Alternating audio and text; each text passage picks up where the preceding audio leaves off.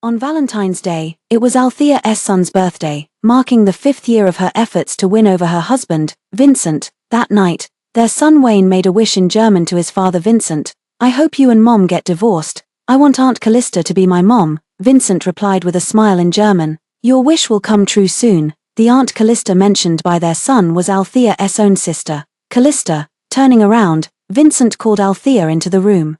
He handed her the pre-prepared divorce papers. "Let's divorce. I'll give you $1 billion as settlement, and you leave the industry to settle abroad." Althea stared at the divorce agreement, her throat tight. "Vincent, did you ever love me?" Vincent set down the divorce papers, looking straight at her. "Althea, have you forgotten you're just a stand-in who married into the Winston family in your sister's place? Now that your sister is back, of course you should step aside." The words were like sharp blades, each one striking Althea's heart with precision. Althea's light finally dimmed little by little in her eyes. "Hello, everyone. Welcome to my channel. Subscribe us to read wonderful stories every day." Now the story begins. 5 years ago, Vincent was in a car accident and became vegetative. His then-fiancée Callista went abroad, unwilling to marry him. So Allison's family forced her to marry into the Winston family, in order to cure her terminal illness. She agreed to the system's mission of seducing Vincent and thus consented to the arranged marriage. This marriage lasted 5 years. Vincent, after waking up, cherished and protected her, flying back from abroad to care for her when she fell ill, even growing jealous of their son and asking whom she loved more. Althea believed Vincent had truly fallen in love with her. Until today. "I'm sorry, I lost my composure." Althea gradually calmed down. "I'll sign this divorce agreement."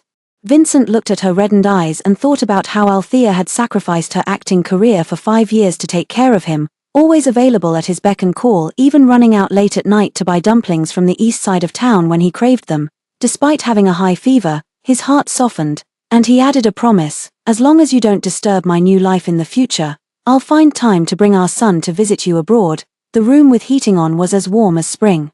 The man's matter-of-fact words stabbed deep into Althea's heart, shredding her affection to pieces. Vincent left without closing the door. Through the half-open doorway, Althea saw their son Wayne outside cheering and celebrating, shouting in German, "Dad, my birthday hasn't come yet. Let's go find Auntie Callista." Auntie Callista played the violin so beautifully last time. "She talks with me in different languages too, and never stops me from eating ice cream. I love being with her.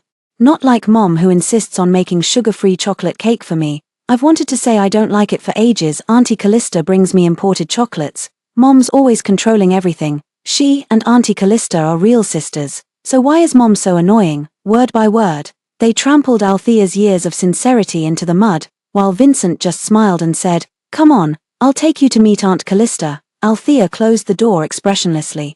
They didn't know Althea could speak 8 languages. She understood every word they said. The son she loved with all her heart wished for her to divorce Vincent, calling her hateful. Althea left sugar out of cakes, fearing it would hurt the child's teeth. Wayne forgot it was she, his mother, who held him in her arms and rushed him to the hospital when he writhed in bed, crying from toothache. She was also the one who stayed up all night telling him stories when he was afraid of thunder. He fell ill with a fever, and it was still her who took care of him tirelessly. Yet for these 5 years, she had given up her bright future and hobbies for the sake of the father and son. But her 5 years of heartfelt devotion couldn't compare to Callista's mere 3 months back. Ding dong. The phone suddenly chimed with a special alert notification. Althea snapped back to reality and picked it up. It was a Vincent's Twitter message popping up. "Only one love in this life, ". The accompanying photo showed him tenderly holding hands with Wayne and Callista, standing in front of the old Winston family mansion. After 5 years of marriage, Vincent had never taken Althea back to the old Winston family mansion. He explained that the Winston family elders considered Althea merely an actress, unworthy of him, and feared she would face humiliation if she attended. Thus, over the years, outsiders have mocked that Althea as Mrs. Winston is a title in name only. Now Callista has only been back for 3 months. Vincent has already flaunted Callista by taking her to the Winston family and posting such photos to show off their love. Vincent's tweet quickly topped the trending list at number 1, while the name Althea was forcibly dragged into the spotlight as well. Former movie queen Althea's high society dream shattered. Althea gazed at the unspeakably vile comments, and her heart finally died completely. She logged into her Twitter account, tagged Vincent, and posted a single line, wishing Vincent lovers a happy union, grateful for Vincent's $1 billion divorce fee. She loved Vincent and her son with all her heart, But since they didn't appreciate it, then neither of them deserved her love anymore. After 4 long years, Althea finally called out to the system once more. System, I request to leave this world forever. 3 seconds later, the system's electronic voice sounded again, according to the mission guide. The host successfully completed the objective by giving birth to a son 4 years ago. Therefore, your request is approved. In 10 days, the host will permanently vanish from this world. Chapter 2, Althea. In fact, the conquest was complete the moment she gave birth to a son, but her heart ached for the child, still so young, and she still loved Vincent, so she stayed and didn't leave, but her sons Wayne and Vincent both rejected her. System comfort, host. Since no one in this world loves you anyway, there's nothing for you to miss. You might as well take the $1 billion breakup fee and enjoy your last 10 days. In 10 days, I'll take you to another world to live freely. The comforting words instead made Althea's eyes redden. How laughable. She lived in this world with parents, a husband, and a son, yet none of those she loved her back. They only liked her older sister Callista, when they were little. Callista performed ballet for their parents, who were so delighted they bought her a house on the spot. Later, at the ballet competition, she won first place. She thought she, too, would earn a word of praise from their parents, but what came instead was Callista pushing her down the stairs. She broke her leg, yet their parents only said, "Who told you to steal your sister's first place? You deserve to break your leg." From that moment on, Althea knew she had no parents. Later, she also held expectations for Vincent, pouring all her love into them, yet now it has only brought her banishment. If that's how it is, then she wants nothing to do with them, none of them. An hour later, Althea walked into the renowned pleasure den Heaven on Earth, clutching her $1 billion fortune. In the grand lobby, pretty boy models on the left cooed Big Sister with honeyed voices, while divine-looking hunks on the right chanted benefactor like monks, stirring irresistible desires, truly worthy of being City H's most extravagant money-burning paradise. Althea strode in and flourished her black card imperiously. "Bring out all your fresh-faced handsome boys. Sister's got money, a cool billion." As the words fell, Althea was suddenly yanked back violently. She turned her head and met Vincent's displeased gaze. "You weren't satisfied with stirring up drama for attention by posting on tweet, and now you've followed me here. Did you come because you knew I'm hosting a welcome banquet for Callista on the 88th floor? Callista is your sister. Why must you always oppose her?" Before Althea could speak, Vincent's son beside him also disapprovingly said, "Mom, stop doing such embarrassing things. You and Aunt Callista are sisters. How can you be so petty? And by degrading yourself like this, you'll only make Dad dislike you even more." Althea felt a sharp sting. Suppressing the ache in her chest, she shook off Vincent's hand. "I have no time to disturb your affection with Callista. My schedule will be public from now on. If you find it bothersome, just stay away." With that said, Althea left without another glance at the father and son, turning to walk away. Meanwhile, Vincent watched Althea's retreating figure, an inexplicable irritation welling up in his heart. That night, Althea stayed directly in the VIP suite of Paradise on Earth. She called many people into the room, bought bottle after bottle of alcohol, yet she merely sat quietly on the sofa, watching them sing wildly and dance. 100,000, 200,000, 500,000 in performance fees. Laughter from the house spilled out the door, filling the night with merriment, yet Althea never laughed even once. Soon, hashtags bearing the name Althea exploded across trending topics online again. Shocking. Vincent spends a fortune to host a welcome home banquet for Callista. Althea drowns her sorrows in alcohol and orders male escorts. Former movie queen Althea splurges $1 billion, entertains multiple men in one night.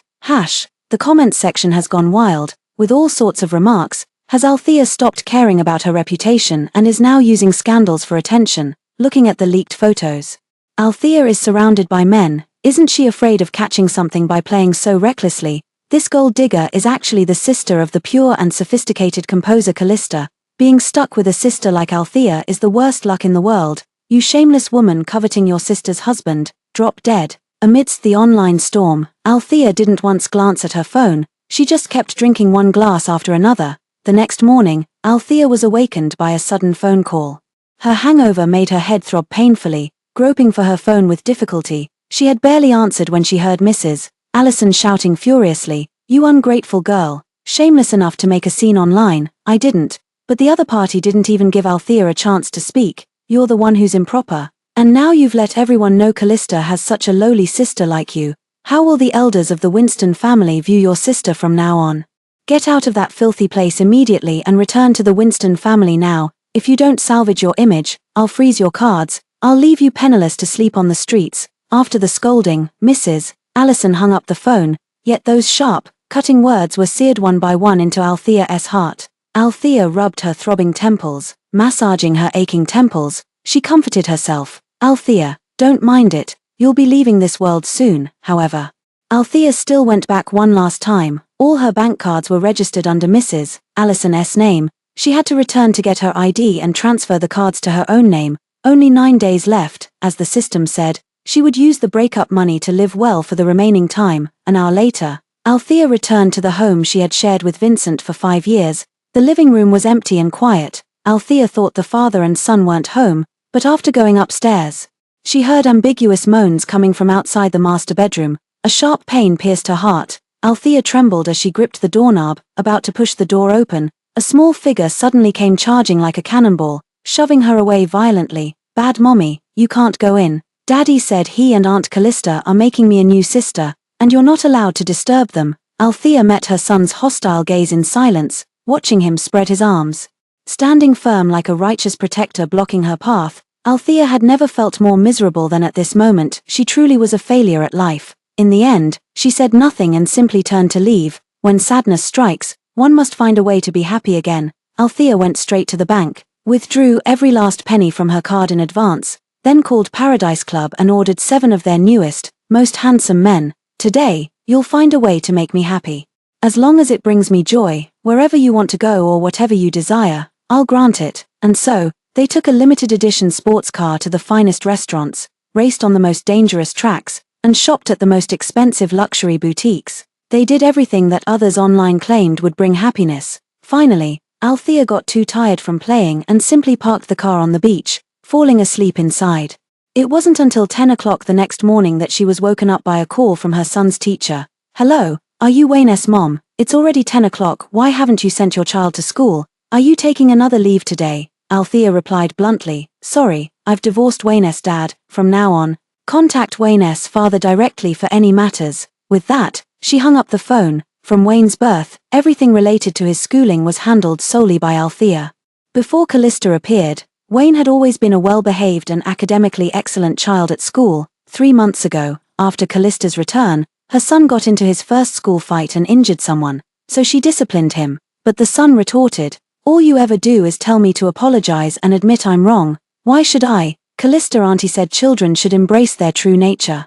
That people should be a bit selfish and prioritize their own happiness. I didn't like him, so I hit him. End of story. "You're so useless. You don't deserve to be my mother." Her son used to be taught by her to understand manners and distinguish right from wrong. Callista had only been back for 3 months before turning into this state, even hurling insults at herself. The father and son are 2 peas in a pod, but she's leaving soon anyway. From now on, let Vincent clean up the mess. As for what kind of man her son grows up to be, that's no longer her concern. But just seconds after hanging up, Althea immediately received a call from Vincent. "Althea, what kind of mother are you? Did you even know our son is unconscious with a high fever at home? Even Callista cares more than you do. Her eyes are red from guilt as she's been taking care of him at the hospital. Even if we're divorced, you shouldn't take your anger out on the child." Althea was made to feel utterly worthless. 3 months ago, Vincent compared her to Callista for the first time. She cried so hard that her pillow was soaked, yet the next morning she still smiled while making breakfast for him and their son. But now, whether it was because the pain had numbed her or she simply didn't care anymore, Althea felt an eerie calm within. She merely said, "Wasn't it you and Callista who were with our son yesterday?" "I wasn't home. What were you two doing?" Vincent choked for a moment before replying darkly, "You know how busy I am with the company. Callista already took care of our son all morning at the hospital. That should have been your job. I have something to do. Come to the hospital right now." Without waiting for Althea's reply, Vincent hung up the phone. Althea didn't anxiously inquire about Wayne's health as she used to, nor did she plan to go to the hospital. Her hangover headache was excruciating, so she decided to return to the VIP suite at Paradise on Earth to rest a while longer. Who would have thought that just as she arrived at the entrance of heaven on Earth, she was blocked by a swarm of reporters. "Althea, you've fallen into debauchery, neglecting your son after the divorce, causing the child to fall ill and be hospitalized. Are you even fit to be a mother? Rumor has it you took advantage of your resemblance to your sister to steal her husband. As daughters of the Allison family, The Allison family has never acknowledged you as their own. Did they see through your vile and despicable nature early on? Your sister is now staying at the hospital to care for your son in your place. Aren't you ashamed? What a buzzkill. Althea turned to a camera, pulling out a casual smile from the sea of microphones. Did Callista send you here? The reporters fell into a guilty silence. She wasn't stupid, their questions had all been stepping on her to elevate Callista. Well then, she'd give Callista something to deal with too. Then she threw out a line. You're right, I can't compare to Callista, who went abroad to avoid marriage, made her younger sister take her place in the wedding, and after returning from studying abroad, came back to steal her sister's husband and child. The moment these words exploded, the crowd of reporters erupted again. Althea paid them no further attention and walked straight toward the elevator, heading back to her VIP suite on the 99th floor. To my surprise, right after stepping out of the elevator, I came face to face with Vincent. Vincent strode forward and grabbed her wrist. Althea, who gave you permission to speak recklessly? Do you have any idea how much online backlash has hurt Callista? Althea was about to respond when she tasted iron in her throat. The next second, she coughed up a mouthful of blood. In the hallway, the pristine white carpet was stained crimson with blood. Althea lay in a pool of blood in her red dress.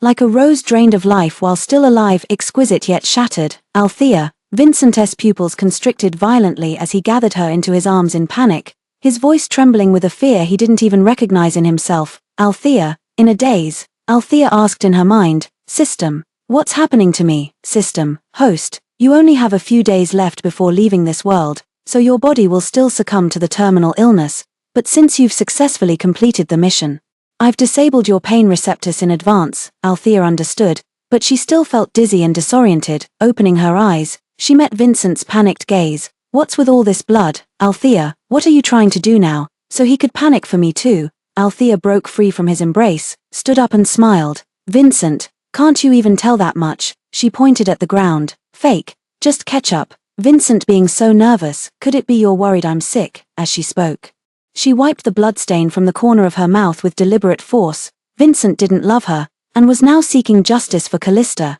If he found out she was terminally ill and dying, given his disgust for her, he'd probably just say she deserved it. Sure enough, Vincent's face darkened instantly. Althea, stop using these tactics to get my attention. No matter how jealous you are of your sister, you shouldn't publicly slander Callista.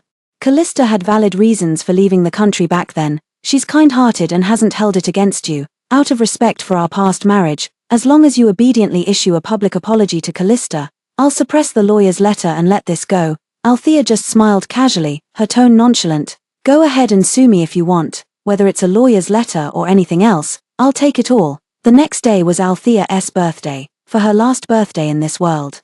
Althea splurged to book the entire Skysea restaurant, the highest and most expensive venue in City H. Throw yourself a beautiful and grand birthday feast, as if bidding yourself farewell. Before the banquet began, Althea ran into Vincent and his son in the restaurant hall. Vincent seemed to have been waiting for her on purpose, walking straight toward her, yet his first words were, Althea, cancel your birthday banquet. Althea was stunned, then laughed. You think I'll just cancel it because you said so? In the past, Althea was obedient and docile. Vincent was unaccustomed to her speaking to him this way, his expression darkening slightly. Today, I will be here to clear the rumors about Callista. Althea remained utterly unmoved, showing none of her former docility. What does this have to do with me? As he finished speaking, his son Wayne tugged at Vincent's hand and said in German, Dad, let's go, since Mom won't listen to reason. She deserves the embarrassment. Vincent's expression also turned cold as he warned Althea in a low voice. Don't say I didn't warn you. Althea said no more and turned to leave. Regret. The greatest regret of her life was truly falling in love with Vincent during the conquest. At 8 o'clock in the evening, Althea's birthday party began right on schedule. On the big screen, a rolling display continuously played the birthday wishes everyone had recorded for Althea in advance. Some wished for her early comeback, others wished her eternal youth. Althea smiled brightly as she accepted toast after toast from them, her slightly tipsy face flushed pink. Thank you all for your blessings. I'm very happy today. As the words fell, someone switched the large screen to a live web broadcast. Mr. Allison Mrs. Allison's faces suddenly appeared. Althea deliberately slandered her own sister, behaving despicably. From today onward, we sever all ties with her. The next moment, Vincent and Wayne's faces appeared on the big screen. My mother Althea abandoned me when I was sick to fool around with male models. I want to sever the mother-son relationship with her. Althea and I are divorced. She has maliciously tarnished the reputation of my fiancé, Callista. From today onward, Althea is banned from all Winston family properties. I hope Althea leaves the Seaview restaurant immediately. The Seaview restaurant happens to be a property under the Winston family's conglomerate. The lively birthday party fell silent in an instant. In the vast banquet hall, only the icy expressions of the Winston father and son, identical on the screen, remained. The live broadcast was quickly cut off. But Althea's birthday celebration was already ruined. Althea was also escorted out of the Seaview restaurant by security. Her final birthday in this world ended in regret after all. Since the birthday banquet concluded, Althea became the butt of public ridicule. With overwhelming online abuse directed at her, they photoshopped memorial portraits of her and spread malicious rumors. Althea is about to leave, turning off her phone and not dwelling on these matters. She stayed secluded. Holed up in the VIP suite on the 99th floor of Paradise in the Sky. In reality, her health had been deteriorating. Even though the system had blocked her pain sensations, her body remained weak, and she often coughed up blood. In a daze, she seemed to see Vincent's familiar figure again. He held the medicine, just like during their newlywed days, gazing at her tenderly and caring for her by her bedside. You're awake, drink the medicine while it's still warm, you're here. Althea instinctively reached out her hand. Bang, bang. The knocking sound came at that moment. The medicine was gone, the man was gone. Althea snapped back to reality, gave a self-deprecating smile, and struggled out of bed to answer the door, thinking it was the room service waiter. When she opened it, what met her eyes behind the door was Vincent's face. In confusion, Vincent frowned, his expression unnatural as he said, I publicly cut ties with you for your own good, otherwise. Your parents would sue you. Honestly, if you just apologize to Callista and admit you slandered Callista. Althea was extremely weak now, even standing was a struggle, her legs trembling uncontrollably. She couldn't bear to listen to Vincent defending Callista any longer. She raised her hand to shut the door, but Vincent blocked it with his hand, then pulled out a bright red wedding invitation from his pocket and handed it to her. Callista said that no matter how you treated her before, you're still her little sister after all. She hopes you'll attend our wedding in 4 days to clear up the misunderstanding. What a misunderstanding! Althea suppressed the surging bitterness in her heart and took the wedding invitation with an expressionless face. Don't worry, I know you're madly in love with Callista. I'll wish you a happy union for 100 years. On their wedding day, she had long since disappeared. Vincent paused, seemingly not expecting Althea to be so agreeable. And a strange feeling welled up in his heart. He opened his mouth, about to say something more, when Althea slammed the door shut with a bang. As soon as she entered the room, Althea coughed up 2 mouthfuls of blood in succession. At that moment, the system announced, host's countdown to leaving this world, 3 days. Althea wiped the blood from her lips and looked out the window, just catching sight of the city's tallest billboard, which prominently displayed Vincent and Callista's wedding photos, a perfect match between devoted lovers. 3 final days, Althea wanted to spend them smiling. Night fell, summoning her remaining strength, she applied vibrant makeup, called for companionship, and hired dozens of bodyguards before leading the entourage to CityH's most bustling host club. Just 3 days left, and she didn't want to be disturbed anymore. Yet when Althea arrived at the club entrance with her entourage, she once again encountered Vincent and his son. Both approached her with grim expressions, Vincent's chilling aura forcing others to step back. Althea, if I hadn't paid off the reporters, do you realize you'd be trending again today? Your sister and I are getting married in 4 days. No matter how unhappy you are, you shouldn't come to such a place to degrade yourself. With a stern face, the son disapprovingly said, Mom, must you steal Callista Auntie's spotlight?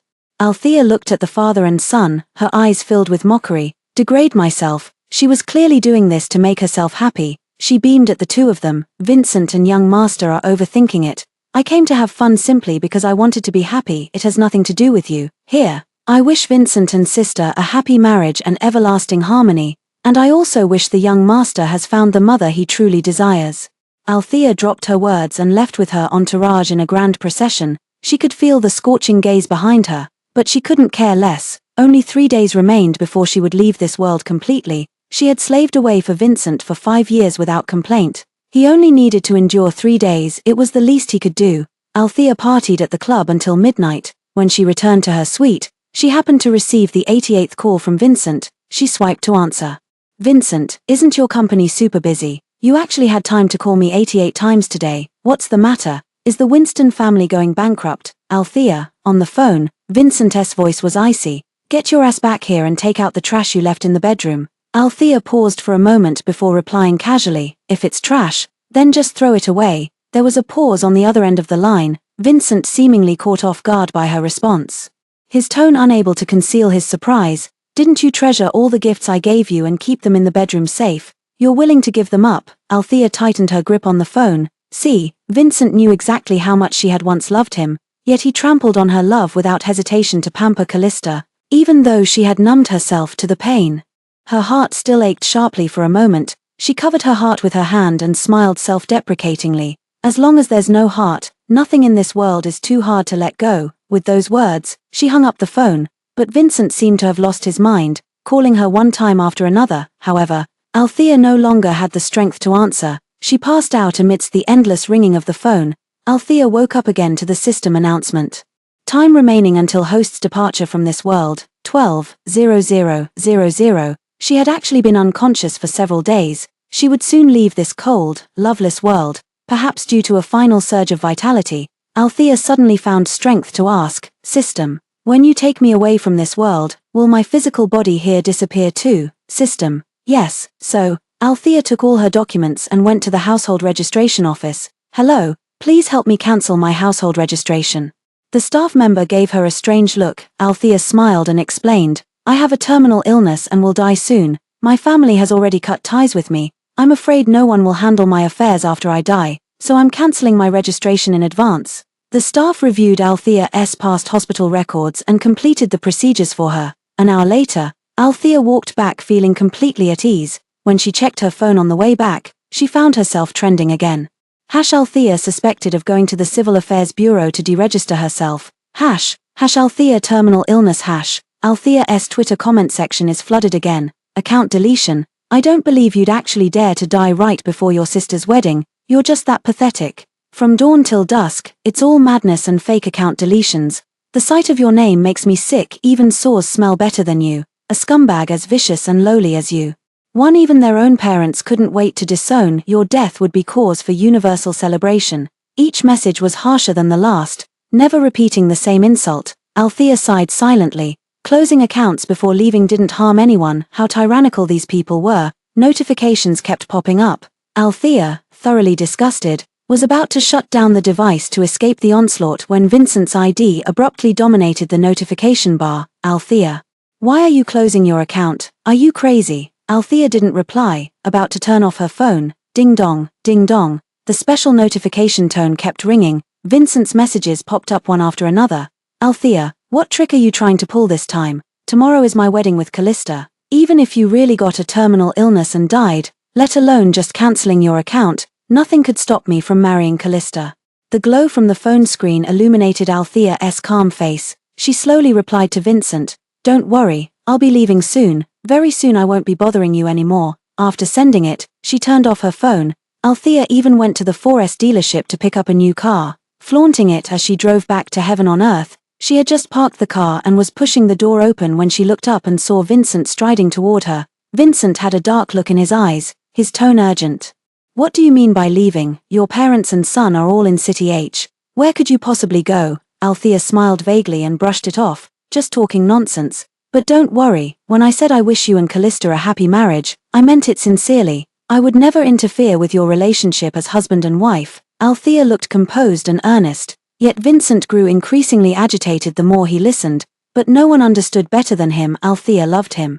She would never bring herself to leave him. Vincent paused, then added, My parents want me to bring you back to the Winston family's old house for New Year's Eve dinner. After all, you've given the Winston family a son. We'll stay overnight and go straight to mine and Callista's wedding tomorrow. Althea replied expressionlessly, No need, let's not ruin the elder's holiday mood. After 5 years of marriage, he never allowed her to step foot in his home. Now that she's about to disappear, he still wants to stomp on her while lifting up Callista. Vincent really knows how to be disgusting. Althea was about to leave when suddenly, a swarm of reporters surged forward, surrounding her. Before Althea could react, cameras were pointed at her, and a microphone was thrust in her face. Althea, your parents tweeted that you're an ungrateful wretch and a slut who seduced your sister's boyfriend. What do you think? Althea said indifferently, No thoughts. Your son claims you abused him and now calls your sister mommy. Did you know that? I know. Vincent spent 300 million on a lavish wedding for your sister. Weren't you jealous? Althea looked into the camera and enunciated word by word. I wish them happiness. Enough. Hearing Althea's casual response, Vincent grew increasingly irritated. He waved over the front desk security to drive out these reporters who couldn't read the room. After the reporters left, Vincent's face had darkened completely. Althea, you'd better not be playing tricks with what you just said.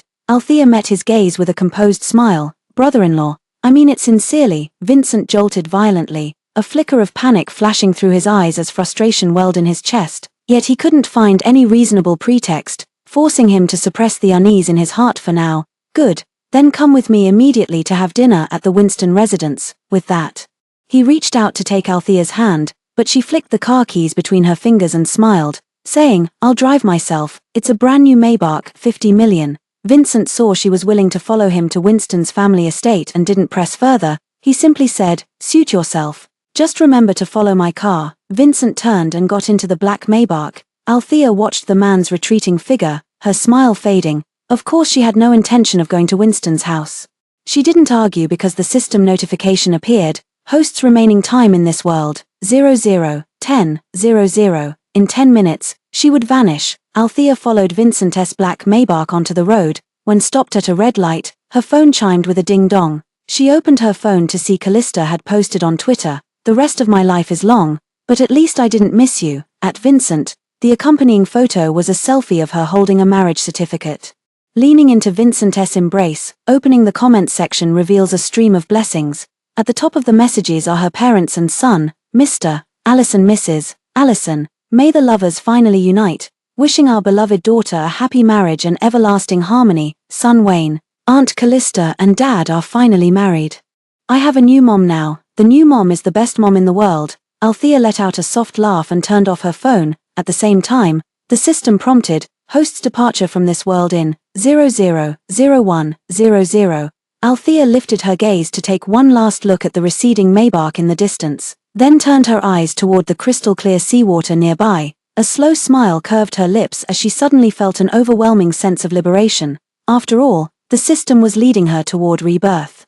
Althea swiped open her phone, gave Callista's Twitter a like, then posted her final tweet, goodbye, this loveless world. Then she stomped on the accelerator, charging toward the boundless deep sea. Vincent had been watching Althea's car in the rearview mirror. He always had a hunch she'd pull some stunt today. I feel very uneasy. Just as I passed by the coast, I received a call from Callista. Vincent, where are you now? Mom and Dad have been waiting for you for so long, and they're angry.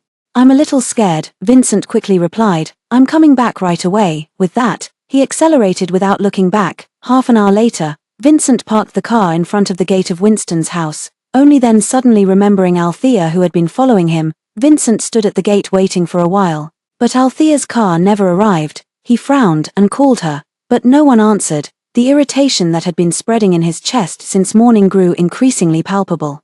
Just as he was about to get in the car to go back and search, the Winston's front door opened. Callista emerged, holding her son Wayne's hand. Daddy, why are you here? Aren't you coming in to eat with us? Callista feigned surprise as she looked toward Vincent's car. Where's my sister? Does she still refuse to see me? Vincent darkened his expression, took Callista's hand, and said coldly, never mind her, let's go in. He had given her plenty of opportunities to step down. Since she wouldn't take them, she couldn't blame him for being heartless. This new year was the liveliest one the Winston family had ever had. In previous years, because Winston's parents didn't like Althea, Vincent had never brought her home. Usually, the three of them would celebrate at their own home, which made Winston's parents even more displeased with Althea. This year, however, the Winston family was celebrating together. But Vincent couldn't feel happy. He always felt like something was missing. There was no one to childishly pull their son into the yard to build snowmen or set off fireworks. There was no one to buy a pile of dumpling wrappers and minced meat, dragging him and their son to make dumplings together. No one. Vincent suddenly sat up in bed. What's wrong, Vincent? A soft voice sounded nearby. But it wasn't that person's. Vincent said irritably, I'm going to the bathroom, you sleep first. Disregarding the cold, he threw off the blanket and got out of bed. Vincent certainly wasn't heading to the restroom, but rather calling Althea. But when calling again, the other end had changed from no answer to powered off. Vincent felt as if a boulder was pressing on his chest as he kept sending messages to Althea. Althea, didn't I tell you to stop playing tricks? Do you think I'll care just because you disappear? I want to see you at tomorrow's wedding." No reply. Ever since their divorce, Althea had rarely messaged her. Vincent stood by the window lost in thought, only to realize he'd been scrolling through old chat records with Althea. The phone instantly became a hot potato, thrown to the ground by him. He whispered, "Althea, I won't fall for your tricks." He had waited for Callista all these years, and now his white moonlight was by his side. Althea was just a substitute after all. Yes, she's just a substitute after all. Vincent comforted himself with this thought as he picked up his phone and returned to bed.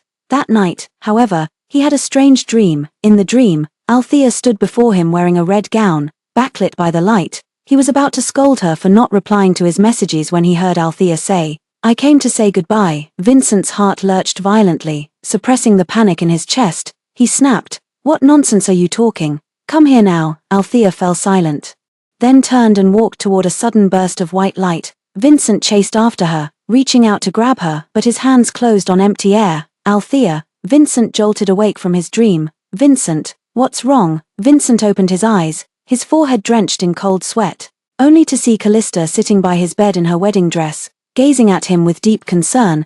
Callista pouted with grievance. "Vincent, why were you calling your sister's name in your sleep?"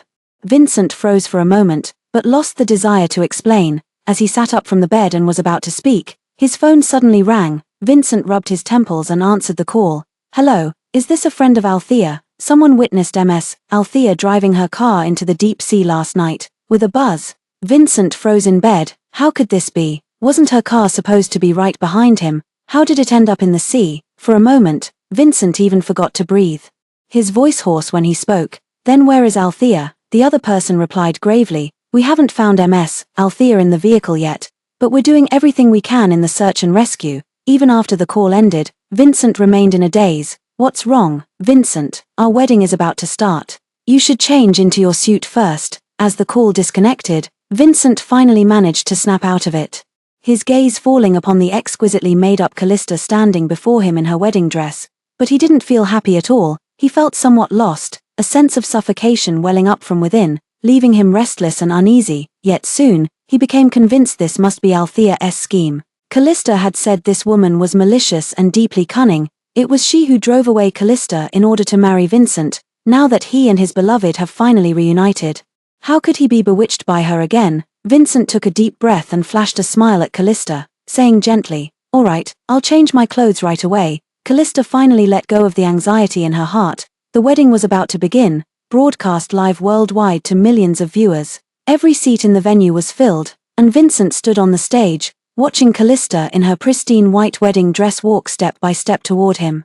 His peripheral vision couldn't help but scan the audience seats. Yet from the wedding's commencement until now, Althea hadn't appeared. She must be doing this deliberately, intentionally making him restless, forcing him to think about her. Vincent took a deep breath and fixed his gaze intently as Callista approached him. Son Wayne presented them with rings, smiling sweetly as he said, "Wishing Dad and Callista Auntie a lifetime of happiness. From now on, Callista Auntie will be my mom." Vincent gazed into his son's clear eyes, his heart skipping a beat. Back when he married Althea, Althea had looked at him with those very same eyes. Vincent wanted to laugh, but suddenly found himself unable to, until the wedding ended. Vincent and Callista returned to their bridal chamber. Althea never appeared. Vincent called the manager of Paradise on Earth, who said Althea had already checked out yesterday, leaving nothing behind in the room. His finger hovered over the number that had called this morning, about to press it, when the bathroom door suddenly swung open. Vincent froze for a moment, then turned off his phone. Looking up, he saw Callista walking toward him shyly in a semi-transparent silk nightgown. "Vincent, let me bear your child." Callista sat on his lap, wrapping her arms around his neck. Normally, Vincent could never resist Callista's charms, but for some reason, he couldn't calm down today. "Let's talk about children later. Don't we have Wayne now?" Callista flashed a hint of disgust in her eyes but said softly, "Don't you want a child of our own?" Vincent frowned and said, "Didn't you say you'd treat Wayne as your own son in the future? Wayne likes you very much too." But Callista's words were cut short as her phone suddenly started buzzing with notifications. Vincent pushed the person off him and checked his phone, only to find Althea trending on social media. He sneered coldly, wanting to see Althea up to her usual tricks again. Instead, what caught his eye were several explosive trending hashtags. #Althea drowned in car suicide attempt, Vincent shot to his feet, his mind completely blank. Althea committed suicide. Little sister, why are you pulling this trick again? Callista's disapproving voice sounded beside them. Vincent, startled, suddenly looked at Callista and asked hoarsely, "What do you mean?" Callista, seeing his bloodshot eyes. Her heart skipped a beat as she hurriedly said, "My sister has always loved pretending to be sick and threatening suicide since she was little. She used to run away from home after just a few scoldings from our parents.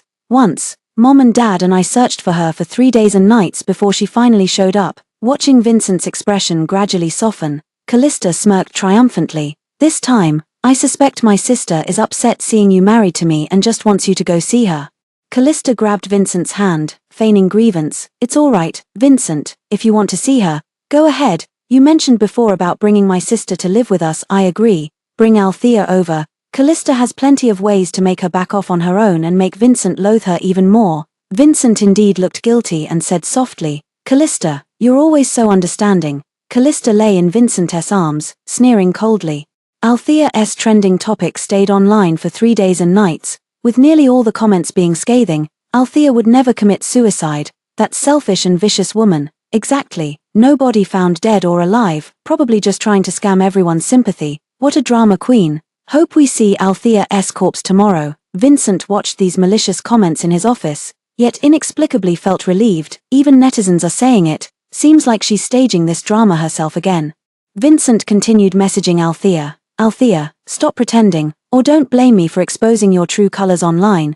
Do you really think acting like this will make me change my mind?" As usual, there was no reply. Vincent turned off his phone in frustration. That evening, Vincent had an impromptu meeting and left work very late. When he checked his phone, he found that the kindergarten teacher and Wayne had called him many times. Vincent immediately called his son back. As soon as the call connected, he heard his son's sobbing voice on the other end. "Dad, why aren't you and Aunt Callista answering my calls? I'm still at kindergarten." Vincent was startled and quickly replied, "What's going on? Stay in the security room, I'm coming to get you now." Kindergarten matters were usually handled by Althea. He'd never had to worry about them before. After marrying Callista, she automatically took over these responsibilities. Wayne liked her, and Vincent felt at ease. "What's going on today?" Vincent felt a surge of irritation. Althea would never make such a mistake. Even when she couldn't go herself, she would arrange for a driver. But Callista couldn't care less. Vincent found Wayne with his face streaked with tears. The security guard sighed. "What a tragedy. How could you parents be so irresponsible? The child has been here for half a day without eating, and the teacher couldn't reach you by phone." Vincent awkwardly thanked him and took Wayne to the car. Vincent explained, "I was in a meeting and didn't check my phone. Callista might have forgotten too. I'll ask her when we get home." Wayne hugged his arms, sniffled, and whispered, "Mom never forgot about me when she was busy before." The car fell silent instantly. Vincent tightened his grip on the steering wheel. Vincent wasn't foolish enough to call Callista directly to ask about the situation. Instead, he inquired with the housekeeper whether Callista was home. Auntie said Callista went back to her parents' home. Vincent drove straight back to Allison's house. Allison's house had its front door open, and Vincent could hear Callista's voice from outside. "I asked him last time, and he didn't seem to want me to have another child." Then came Vincent's mom's voice. "How could that be acceptable? Wayne isn't your child after all. You should have one of your own, only then can you truly secure his heart." Callista said impatiently, "I know, but he won't allow it." "I don't dare say more. Do you think I like Wayne? That kid is so annoying. I really don't know how Althea puts up with him." Vincent and the Wayne next to him widened his eyes in disbelief, tears rolling down his cheeks in large drops. Vincent had icy eyes and a face as dark as the bottom of a pot. Meanwhile, the conversation inside continued. Vincent's dad said earnestly, "Callista, before you have your own child, you should still treat him well. What if he complains to Vincent?" Callista no longer wore her usual gentle expression. "I know, Dad, but every time I see that little bastard, I think of Althea. Did you know, Vincent actually said he wants to bring Althea back to live with us." Vincent's mom complained resentfully. "Back when we arranged for you to marry Vincent, you refused because you looked down on him being a vegetative state. That's why we had no choice but to make your younger sister marry him instead. If you had actually married him back then and waited for Vincent to wake up, you might have secured the position of Mrs. He by now. There wouldn't even be any business with Althea." Callista quickly linked arms with Mrs. Allison and coquettishly acted spoiled. "Mom, how could you really bear to make me marry a vegetative man? Besides, wasn't I thinking that marrying my wealthy boyfriend abroad could also help our family?" Mr. Allison snapped. Enough, enough. The matter is already settled. Just make sure Vincent doesn't find out about these things. No need to investigate, haven't we already found out? A cold voice came from the doorway. The three people in the hall froze simultaneously, as if someone had hit the pause button. Watching Vincent lead Wayne inside, Callista's face instantly paled.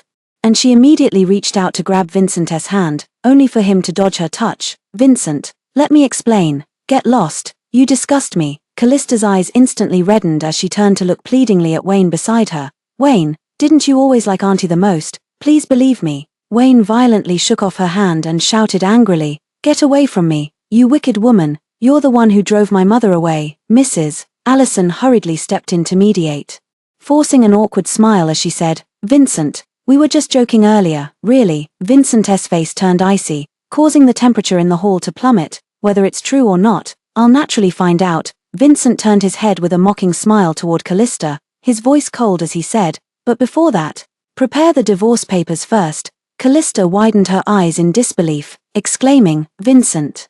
Vincent lost all patience to deal with the trio and quickly led Wayne out of Allison's house. Once in the car, Wayne was still crying. Meanwhile, Vincent dialed the same number from last time. Hello, has anyone come to claim that car yet? And, have you found her? The other person said, No, the current was too strong. Perhaps, that's impossible, Vincent gasped, abruptly hanging up the phone before immediately calling his secretary. Find out where Althea went. Now. 10 minutes later. The secretary called back, Vincent, MS, Althea's records have been wiped. We can't trace any of her movements now. Vincent froze completely, and after a long pause, he finally said in a low voice, Search, keep searching for her. She actually went through with cancelling her household registration. Could it be, her terminal illness was real too? Vincent immediately drove to the hospital and accessed Althea's medical records. Terminal illness, it's true. Where is she now? Is she still alive?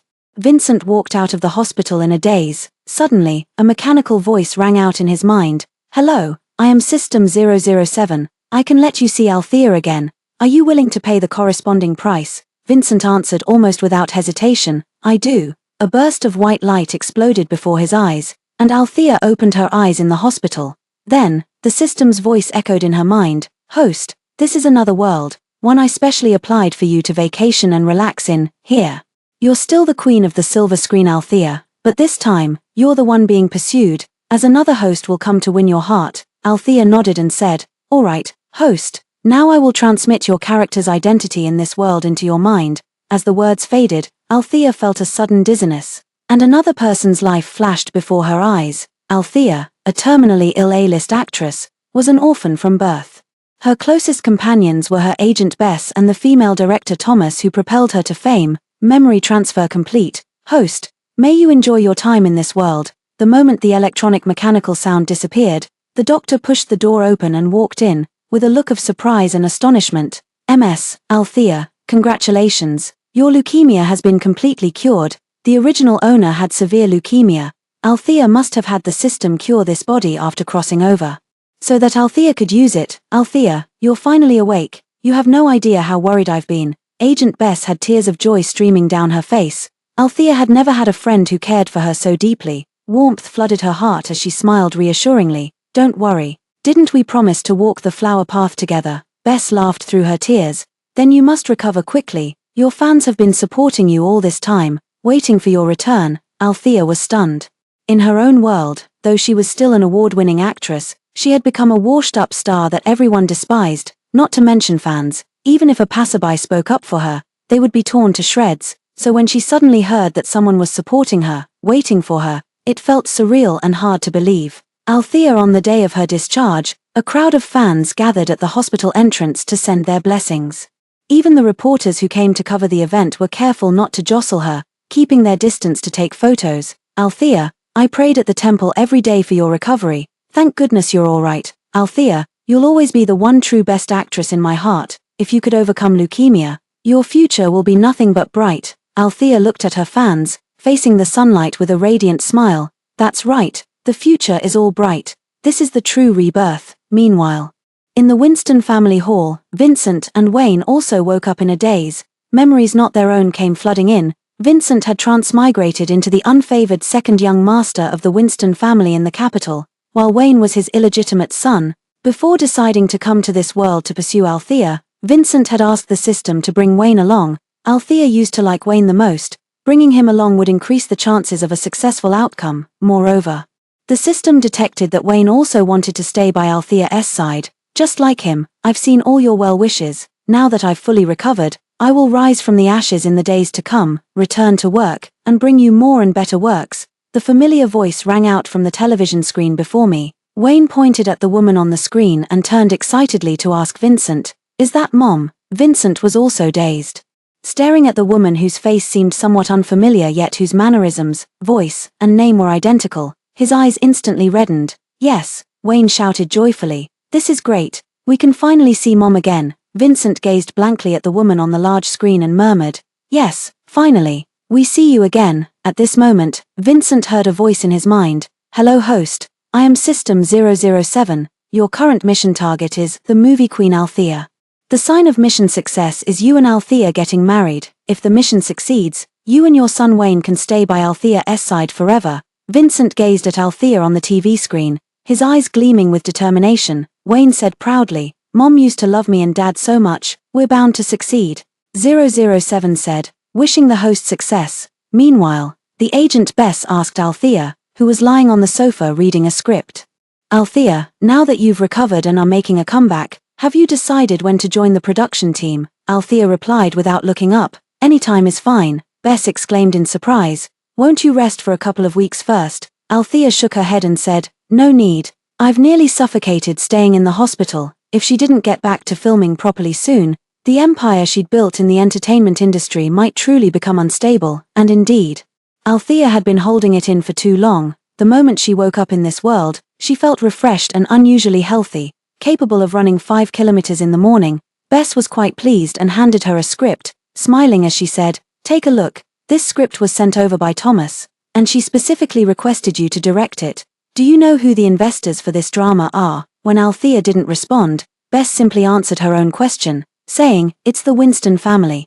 The famously prominent Winston family of J City." Hearing the words Winston family, Althea frowned, her heart skipping a beat. But then she suddenly remembered she was in another world now, no longer the original one. Her suspended heart settled back down. Althea flipped through the script, which told the story of a morally ambiguous female painter, quite riveting. She immediately said, "I'll take it," and more importantly, this Thomas was the original host's benefactor.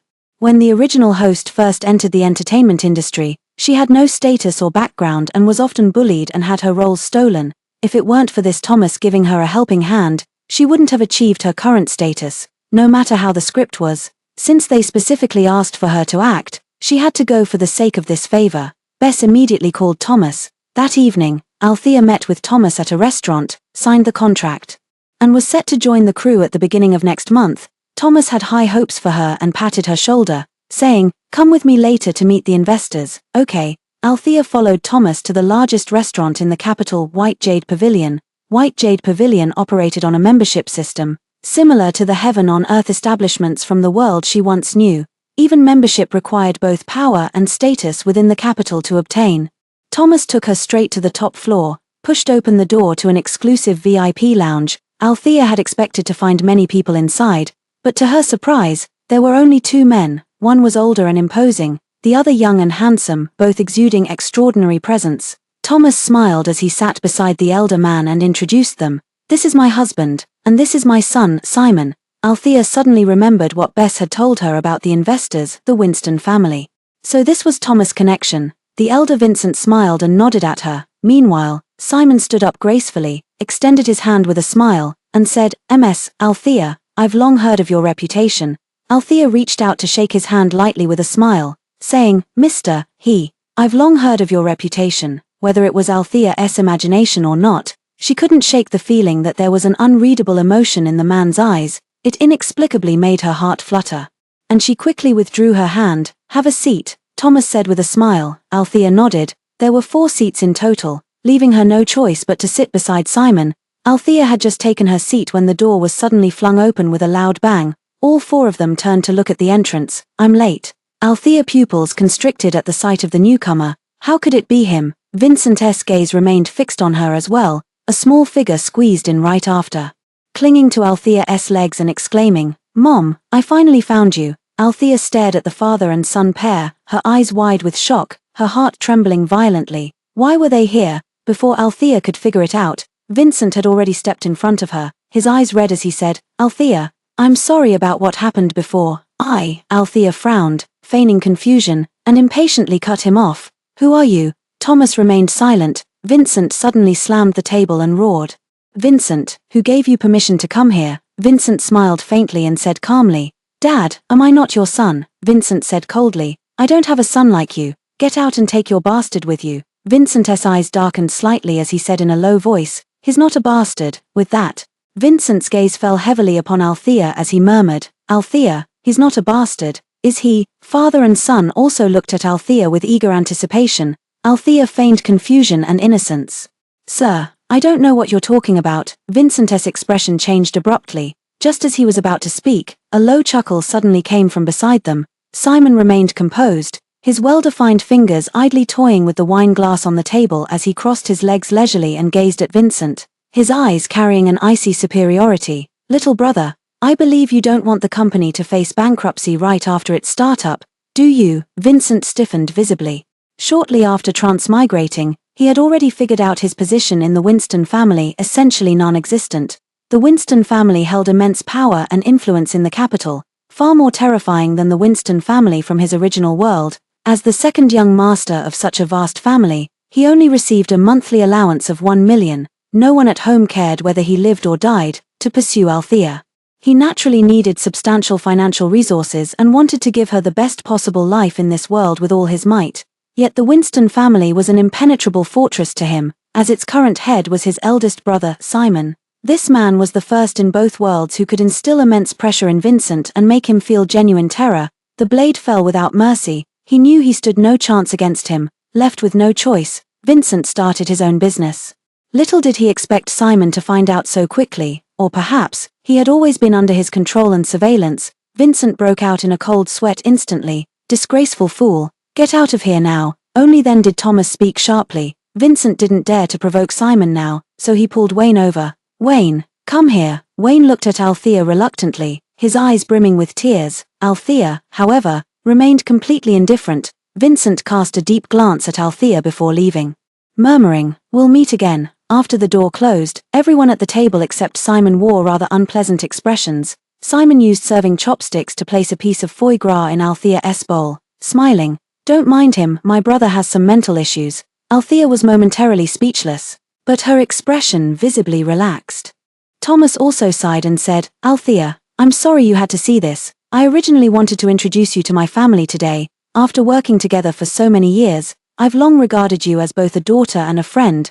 Althea raised her glass to Thomas with a smile and said graciously, "Auntie Yi, I'm truly happy you trust me so much." The atmosphere at the dinner table finally began to warm up. Simon was a humorous and witty man who never let the conversation at the table falter.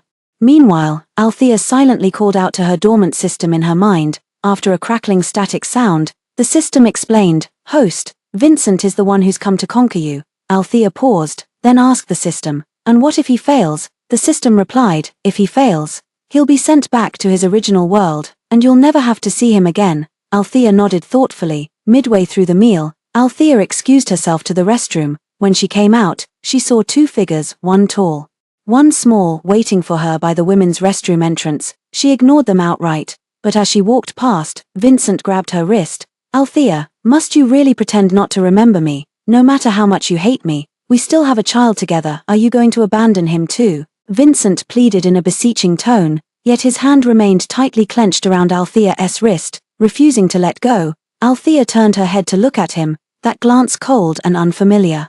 Vincent's heart skipped a beat, his hand loosening instinctively, and Althea quickly withdrew her hand as well. "Second young master, we've never even met before. Where would hatred come from?" Althea maintained a calm expression and steady tone. For a moment, Vincent even genuinely felt like he might have mistaken her for someone else. In the past, Althea had been utterly devoted to him, coquettish and sweetly smiling, yet the indifference of the person before him now struck like a hammer, crashing brutally upon his head. "Mom, don't you remember me? I'm Wayne." Wayne grew so anxious his eyes reddened, reaching to embrace Althea, only to be gently pushed away by Althea. "Little one, it's better not to call just anyone Mom. Second young master I'm only giving you any courtesy out of respect for Thomas. Please don't harass me again. With that, Althea brushed past the stunned father and son and walked away without looking back.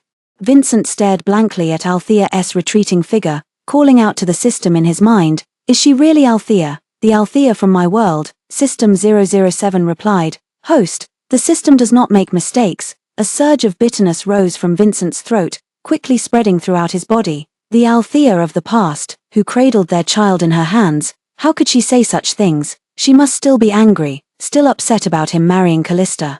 She had loved him so deeply, how could she just stop loving him like that? She must be testing him. Vincent clenched his fists, staring intently in the direction where Althea had left. This time, he absolutely wouldn't let go. Did something happen on the way here? Althea had just taken her seat when Simon beside her, as if sensing her thoughts, turned to ask. Althea didn't conceal it either, saying, "I ran into second young master and exchanged greetings." Not only Simon, but also Vincent and Thomas had their expressions darken. Thomas sighed and said to Althea, "Sorry, Althea, Vincent, he's always been extreme and opinionated since childhood, often fooling around with women. A few years ago, he even brought home a child from who knows where. Next time he dares to harass you, just let me know." Althea nodded in agreement. In City H she was the less favored sister, but their positions were reversed in the capital. Althea felt this must have been deliberately arranged by the system as well. Althea seems quite interested in my brother." At that moment, Simon suddenly leaned close to her ear and whispered. Simon spoke in a deep, magnetic voice, his warm breath brushing past Althea's ear like a feather's delicate touch. She instinctively shrank her neck slightly, while Simon had already politely stepped back to maintain a respectful distance. Althea replied calmly, "No, I was just curious."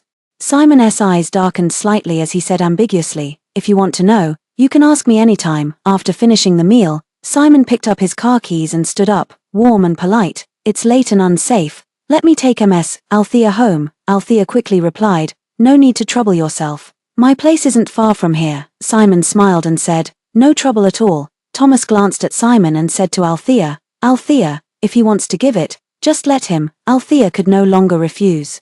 Simon drove a Mercedes E-Class, so understated that Althea couldn't help giving it a second glance in surprise. Simon explained gently, Althea is a household name. Driving something too flashy would draw too much attention." That's what he said. But this was his car. What did it have to do with her? Or perhaps, Simon had already decided to give her a ride today and deliberately chose this car. Althea found Simon hard to figure out, from the very first meeting. Simon gave her an indescribable sense of danger. Even Vincent seemed a little afraid of him. When it came to people she couldn't understand, Althea felt it was better to keep her distance, lest she get burned. After getting in the car, Althea gave the address. Simon seemed to twitch the corner of his lips when he heard it, but soon Althea understood why he had smiled. Althea lived in an upscale apartment complex where outside vehicles weren't supposed to enter. Simon's car easily entered the underground garage. After parking, he casually unbuckled his seatbelt, a flicker of amusement in his eyes as he explained, "When I heard you give the address earlier, I realized Althea and I are quite fated. We even live in the same place." Althea paused for a moment, then showed just the right amount of surprise. What a coincidence indeed. Even more coincidentally, when they entered the elevator, Althea discovered Simon lived right across from her. Two households sharing one staircase, with their front doors even facing each other. If I hadn't heard from my mother about Althea's clear and upright character, I would have suspected Althea did this on purpose. Simon raised an eyebrow, seizing the initiative. His eyes slanted slightly at the outer corners, and when he smiled, it carried a casual air that effortlessly dissolved the somewhat tense atmosphere. Althea forced a dry laugh. "Yeah, what a coincidence," she thought to herself. Shouldn't that line be coming from her instead? Who would believe that the powerful head of the Winston family actually lived in an apartment complex? Shouldn't they be in some grand manor or estate? Althea now only felt that the person before her was unfathomable. After exchanging a few perfunctory words and greetings, she hurried home. This Simon always gave her a sense of danger. Though outwardly gentle and refined, Althea felt there was more to this person. Far from being as easy to get along with as they appeared, the day soon arrived for her to join the film set. Many fans sent gifts to the set to celebrate her first day back at work after recovering from a serious illness. Althea posted on Twitter thanking her fans, but a comment from Vincent made her trending topic explode. Vincent, at Althea, "I hope everything goes well for you, and may you keep getting better." The trending hashtag was #Winston family's second young master Vincent publicly confessing his love to Althea. Althea really didn't want to be associated with Vincent. But Bess said the best way to avoid association was not to reply, because Vincent is portrayed in this world as a powerless playboy from a wealthy family, a philandering womanizer, and a notorious figure on Twitter's trending list. Being associated with Vincent does no favors for Althea's reputation. She had no choice but to turn off her phone and stop looking. That very night, she received another call from Bess. On the phone, Bess exclaimed in shock, "Quick, check the trending topics." Althea groggily opened her phone to see 2 explosive trending topics bearing her name. #Winston family brothers publicly congratulate actress Althea. Brothers turn against each other for love. Althea and Simon. The perfect match of actress ex-CEO Althea was stunned, only then realizing that Simon had temporarily activated a verified account and reposted her Twitter caption, "Movie tickets needed." Those 4 simple words had already sent the entire internet into a frenzy, sparking endless speculation, and the comment section was even more spectacular. "Holy shit, am I seeing this right? Simon and Althea, how on earth did these 2 completely unrelated people end up together? Exactly. Vincent has always been a womanizer, but what's up with Simon? Oh my god, we've finally found the perfect couple." Simon has never appeared on any public platform before, making an exception for the movie queen, who can say this isn't true love. Can Vincent just fuck off? A toad lusting after swan meat, what makes you think you can compare to Simon?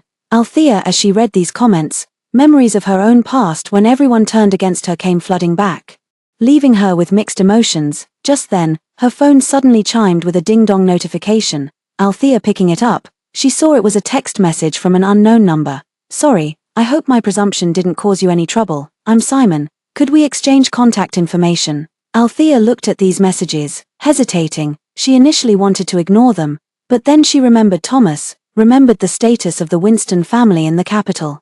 "My career in this world has just gotten on the right track, so I'd better mediate a bit." So Althea replied, "Sure, when the movie comes out, I'll definitely give you the first ticket." Simon took a few seconds to reply, "I'll remember that." Reading these words, Althea's heart inexplicably skipped a beat. Althea and Simon exchanged contact information, but Simon never contacted her again after that. Meanwhile, Althea quickly put the matter behind her and focused on filming with the crew. Not long after, a delivery person suddenly arrived with a cart full of takeout and milk tea for the entire crew, all ordered under Althea's name. Althea hadn't yet figured out what was happening when a red Panamera pulled up in front of the film crew. Then Vincent appeared, holding a vibrant bouquet of roses while leading Wayne straight toward Althea under everyone's gaze. "Althea, I remember you love sports cars. This is the first fortune I've made in this world, it's for you." Vincent smiled tenderly as he spoke, extending both the flowers and car keys toward Althea. Outside the film set, surrounded by countless paparazzi, Althea knew she was probably about to trend on social media again. She took a deep breath, waved away whatever Vincent was trying to hand her, and said coldly, "Second young master I've made it clear we're not close. I'm working right now, could you stop bothering me?" Vincent was about to respond when a deafening boom erupted from the street. Not only Althea and Vincent, but even the onlookers nearby were startled. Coming back to her senses, Althea looked up to see that the Panamera Vincent had been driving was now a pile of scrap metal. The front of the off-road vehicle only had a noticeable dent, and the person inside pushed open the door, stepping out with long legs as they casually walked over. "Sorry about that. The car in front was a bit in the way." Simon walked up to Althea, then turned his head with a chilling smile to glare at the grim-faced Vincent. "Looks like I wrecked my little brother's car. You don't mind, do you? Want me to pay for it?" Each of these 3 consecutive questions made Vincent's expression grow darker by the second. "Dad, our car." Wayne glared furiously and gave Simon a hard shove. "You bad person. Give our car back and stay away from my mom." But Simon was a grown man, there was no way a little kid could push him around. Simon looked down at the child who barely reached his waist and said with a mocking smile, Now kid, you shouldn't go around calling random women your mother." Wayne got scared and quickly hid behind Althea, clutching her arm while glaring at Simon with wide eyes. "Mom, this bad guy is bullying me. Don't you love me the most? Why aren't you scolding him for me?" The surrounding crowd had already begun casting curious glances. Althea could already imagine tomorrow's Twitter trending topics. She took a deep breath and looked expressionlessly at Vincent. "Second young master please take your son and leave. I'm working right now. Do you want me to keep getting bashed on trending topics tomorrow?" Vincent immediately grew flustered and hurried to explain. No, Althea, little brother should leave quickly. My temper isn't as good as Althea's. Simon's smile had already turned cold in his eyes. Vincent, even as foolish as he was, knew he held no advantage now. He couldn't utter a single word, and could only slink away with his son in a taxi. Althea finally let out a sigh of relief. At that moment, Simon soothed her gently. Don't worry, I've already intercepted the paparazzi. There won't be any trending topics tomorrow, in the capital. No one dares to publish news that Simon doesn't allow. Althea sincerely expressed her gratitude, saying, thank you, afterward. Simon called for a tow truck and cleaners to handle the mess before returning to the film set with Althea. It wasn't until they were on their way back that Althea remembered to ask Simon, why did he come here today? Simon strolled leisurely beside her and replied with a smile, had nothing better to do, so I dropped by to see my mom at work. Althea wasn't entirely convinced after all. Simon hardly seemed like someone with nothing to do, but Althea ultimately didn't ask. This was the decorum between adults. Simon remained silent, and she thought it best to pretend ignorance. After all, Simon wasn't someone she could afford to offend. Thomas wasn't particularly surprised when Simon approached. Mother and son tacitly pretended not to know each other. Simon spoke with a hint of resignation, then turned to Althea with a pleading look. My mom dislikes special privileges and doesn't want her career associated with the Winston family, so I could only say I'm here to visit you today. Is that okay? Hearing the slightly aggrieved tone in the other person's voice, Althea couldn't bring herself to say no, even if just for Thomas's sake. This afternoon, Althea only had one scene to shoot, and she wrapped up right after. Simon actually waited here for her for several hours. He only approached her when she finished work. Althea.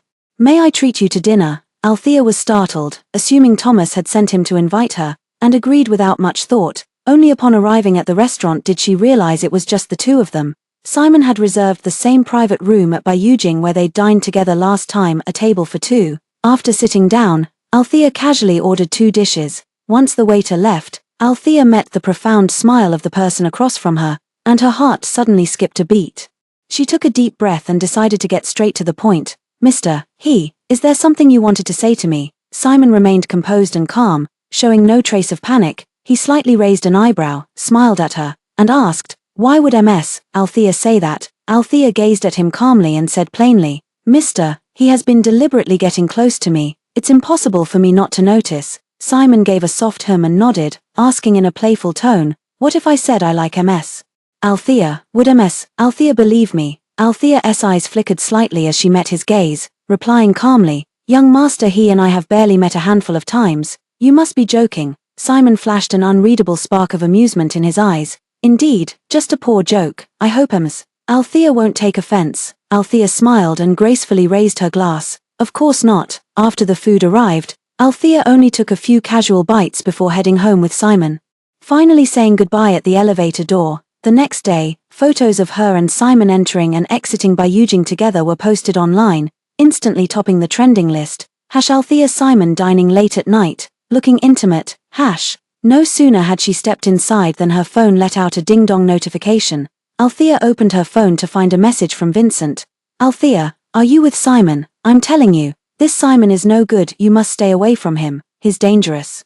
Even through text, Althea could sense Vincent's anxiety and fear. It seemed Simon had really been giving him trouble. The heaven-favored Vincent must be utterly frustrated by now, but compared to what I endured from him and Callista before, this is still far from enough. Althea didn't reply, turning off her phone. When she arrived on set the next day, Althea found that Vincent had sent milk tea, boxed meals, and flowers over again through someone else he was happy to give. Althea couldn't be bothered to care. Perhaps threatened by Simon, Vincent had become much more subdued, disappearing from Althea's side for quite some time. As for Simon, his visits to the set became increasingly frequent. Althea had no choice but to privately tell Thomas that she hoped Simon would stop coming. Every time Simon looked at her, she felt a prickling sensation down her spine. Unable to calm her mind, Thomas responded somewhat helplessly, Simon has always followed his own whims.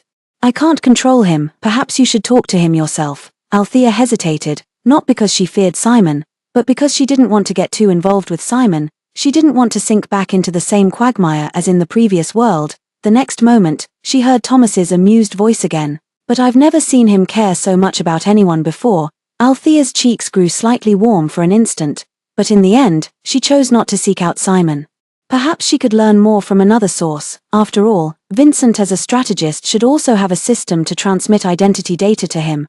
So that night after returning to the hotel, Althea directly called Vincent on the phone. "Let's meet up." Vincent was naturally overjoyed when he received Althea's call. He hurriedly asked the system, "Has the favorability increased?" He had been in this world for 2 months, yet his favorability still remained at 0. The system replied, "Sorry, host. Not at the moment." Though mentally prepared, Vincent still couldn't help feeling his heart sink, but she believed she could coax her into a better mood. Moreover, Althea had taken the initiative to ask him out. That day, Althea had no schedule and met Vincent at a private restaurant in an office building. Vincent brought Wayne over when Althea was already there. "Mom, you finally acknowledge me." Wayne looked up at Althea with reddened eyes. Althea didn't respond, only saying, "Sit down first."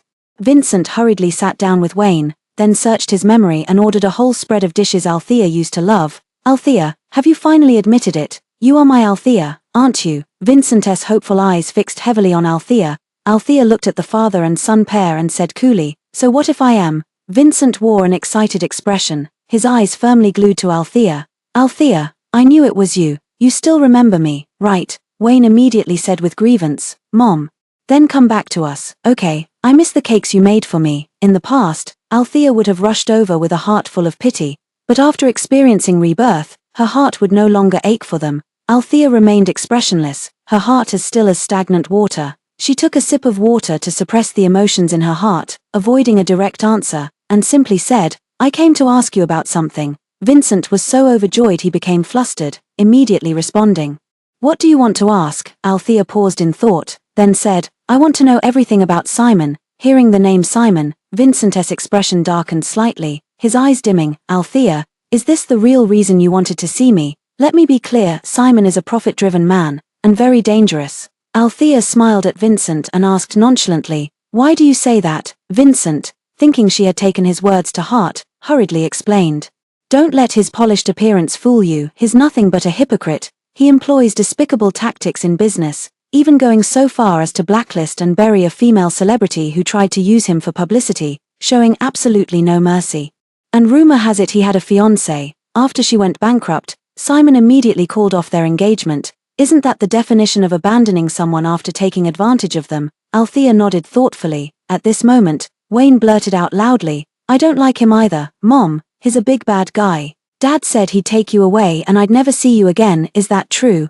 Althea frowned but didn't respond. Vincent felt a surge of unease and added with a furrowed brow, "Althea, you must stay away from him. If he could treat his own fiancée like that, someone he's been with day and night, who's to say he won't do the same to you someday?" Althea smiled, looked at the Vincent across from her, and nodded, "I understand, thanks for the warning." Since Vincent was being so obedient, Althea might as well give him a little reward. At this moment, Vincent's system 007 prompted in his mind, "Congratulations, host, Althea's favorability towards you has increased by 1. Keep it up." Vincent was so happy that he clenched his fists tightly, his bright gaze fixed on Althea. "Althea, if there's anything else you want to know, just ask me." Althea responded with a quick her attitude exceptionally straightforward. "But I hope you won't send anything to my film set until I finish shooting this movie. We'll talk about the rest later." Vincent was overjoyed to hear Althea respond with such half-hearted compliance and naturally agreed readily. After the meal, Althea politely declined Vincent's offer to see her home. The next day on set, Vincent indeed didn't send any more gifts over. Instead, it was Simon who made another high-profile visit to the set. Althea greeted him with a seemingly casual smile, Simon returning a polite one in kind. Moments later, she walked up to him without hesitation and suddenly asked, "Did you meet with Vincent yesterday?" Althea was stunned, her face filled with astonishment. How did he know? Is he monitoring me and Vincent? As if reading Althea's mind, Simon chuckled and said, "You two were photographed, and I took the liberty of suppressing the pictures." Photographed again? How? Althea was accustomed to keeping to herself when she wasn't famous, but now that she's become overly popular, she never expected to be under constant scrutiny. She realized she'd been judging others by her own petty standards and said guiltily, "Thank you.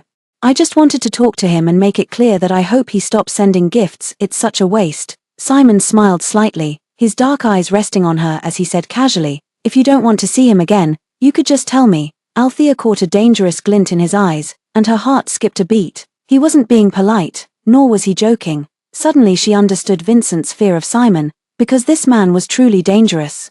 His overly gentle and harmless demeanor in front of her had nearly made Althea forget that he was the head of a powerful family, a genuine authority figure and ruler. But this was ultimately a grudge between her and Simon, and she didn't want to drag unrelated people into it. No need. Thank you for your kind offer, young master.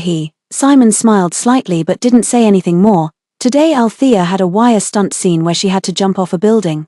Simon stood below looking up at himself when Althea noticed his complexion didn't look well. Simon turned his head and said something to Thomas, who asked a question in return before nodding briefly. Then Thomas told the wire operator, lower him slowly, and double-check the equipment safety. Althea got surrounded by staff again amidst the bustle. Lowering her gaze in the commotion, she locked eyes with Simon, who was looking up at her from beneath the high platform.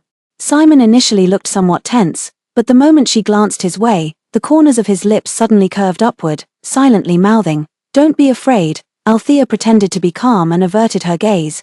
This scene depicts the protagonist attempting suicide.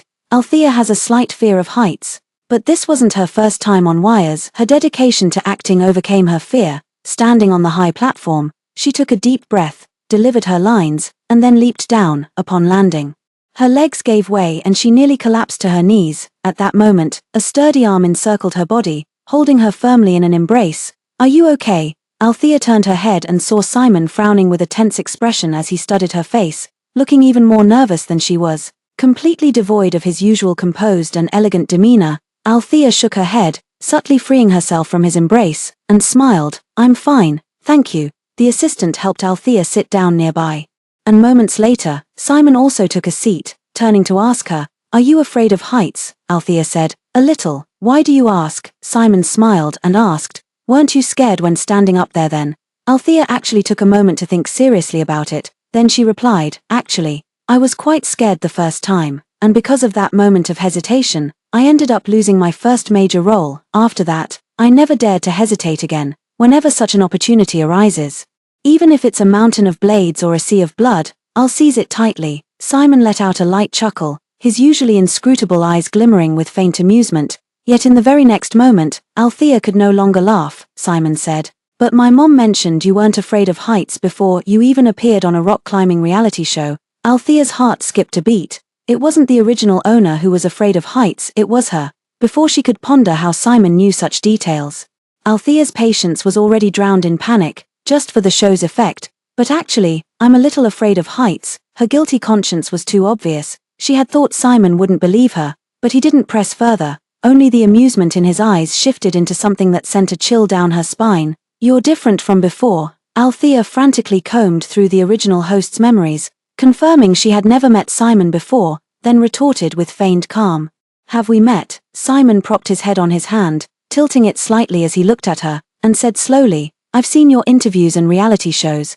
and you said you don't like foie gras, but the first time we met, I served you some, and you ate it." Althea felt goosebumps rise all over her body. She never expected him to notice such minute details. The next second, an even more spine-chilling sentence rang in her ears. "It's like he became a completely different person." It's no exaggeration to say that Althea was completely numb all over. There was even an illusion that he had seen right through her completely. But soon, Simon began to smooth things over on his own. "It must all be scripted, but I think the current you is more genuine than before, like a delicate rose with thorns."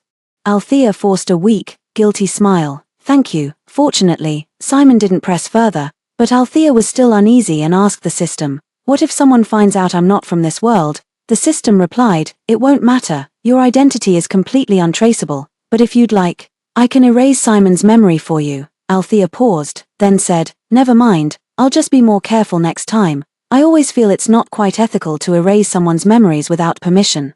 And the system said it wouldn't have any impact anyway. Still, she thought it would be better to minimize contact with Simon. That man is truly dangerous. The next day, Althea had no filming scheduled, so her agent arranged for her to attend a charity gala invitation. Attending such events, they said, would help restore Althea's reputation more effectively. After all, this was her first official public appearance since her comeback. That day, Althea wore a long water blue dress and was immediately surrounded by a swarm of reporters at the entrance of a charity banquet. "Ms. Althea, what are your plans after your comeback?" "Ms. Althea, Rumors online claim that the child of the second young Master Vincent from the Winston family is yours. Is it true that the child calls you Mom, MS, Althea? May I ask what your relationship is with the Winston family?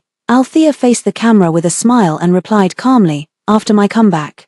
My top priority is naturally still my career. I have no relationship whatsoever with the Winston family. It's better not to believe rumors. Our company's legal department is always on standby. After answering the questions, the surrounding security personnel tactfully stepped forward to disperse the gossip-hungry reporters, and Althea quickly stepped into the charity banquet hall, immediately spotting Vincent, who had been waiting at the entrance. He didn't bring Wayne to such a chaotic scene.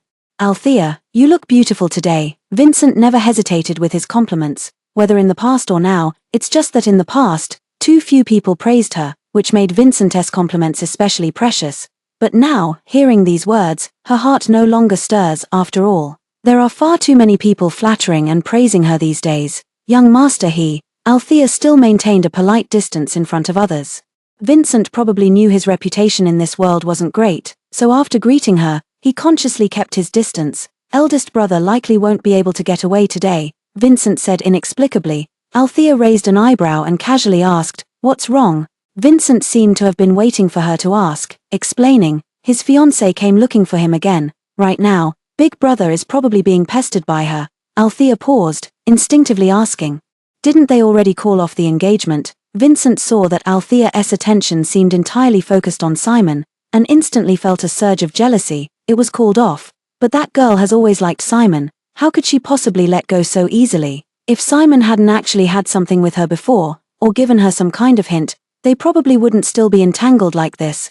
Althea didn't like such baseless speculation and pressed her lips together in silence. Speak of the devil, Althea had barely turned when she saw a woman in a vibrant red dress swaying toward her with an imposing air. So you're Althea? Althea paused, gave her a once-over, took a sip of her drink, and nodded coolly. Yes, and you are? The woman smirked. I'm Ava, Simon's fiancée. Althea let out an "oh," then retorted, so what? Ava's expression twisted as she suddenly raised her hand and knocked over Althea's glass, shouting angrily, I'm Simon's fiancée.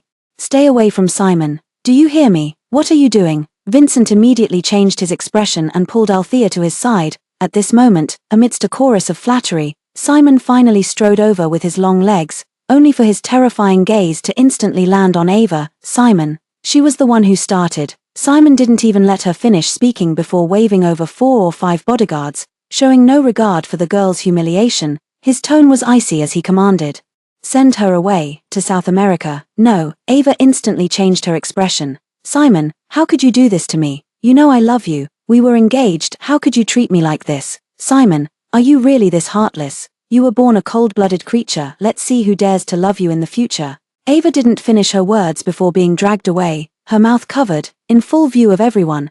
Althea watched as the bodyguards handled Ava with unnecessary roughness.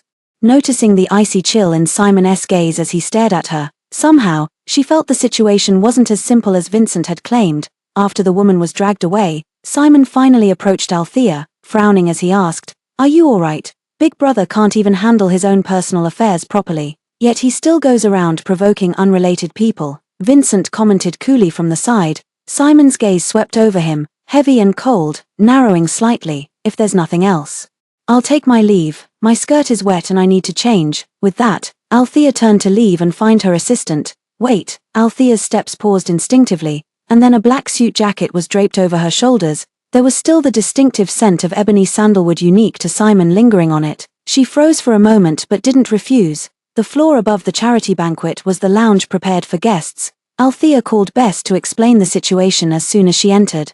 This dress is borrowed from the brand, and damaging it would cost a lot to compensate. Bess immediately said she'd figure something out. Not long after the call ended, the doorbell rang with a ding-dong. Althea opened the door to see Simon standing outside, handing her a gift box bag. Wear this one. Since it all started because of me, the charity gala is about to begin. Althea couldn't afford to miss it. She said thank you and temporarily accepted the offer. Simon handed her a red velvet off-shoulder gown. It looked like haute couture too, and the key point was that the size fit perfectly, almost as if it was tailor-made for her. Althea suppressed the thoughts in her heart. As soon as she changed clothes and stepped out, she caught a glimpse of a dark figure standing by the wall from the corner of her eye. Why haven't you left yet? Althea looked at Simon beside her and froze for a moment. Meanwhile, Simon's gaze, dark and profound, remained fixed on her, inexplicably making Althea's heart skip a beat. If you want to know about that woman, I can tell you. Althea smiled faintly and said indifferently, no need, I won't involve myself in the young master his family affairs. Simon asked, really don't want to hear it. The party is about to begin.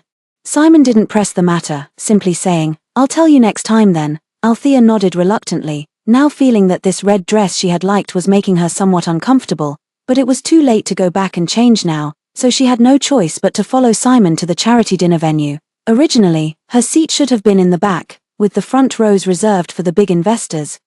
Simon directly led her to his side, where a seat with her name was already prepared. Althea hesitated, but she couldn't just turn and leave after all. This was a live broadcast. As she took her seat, her phone buzzed abruptly. Althea glanced down and saw a screenshot sent by Bess. She was trending again. Althea becomes the other woman for love. It all started when a marketing account posted a blog vividly describing what happened at the banquet. Of course, they didn't dare name names directly, just referring to a certain actress and a certain tycoon.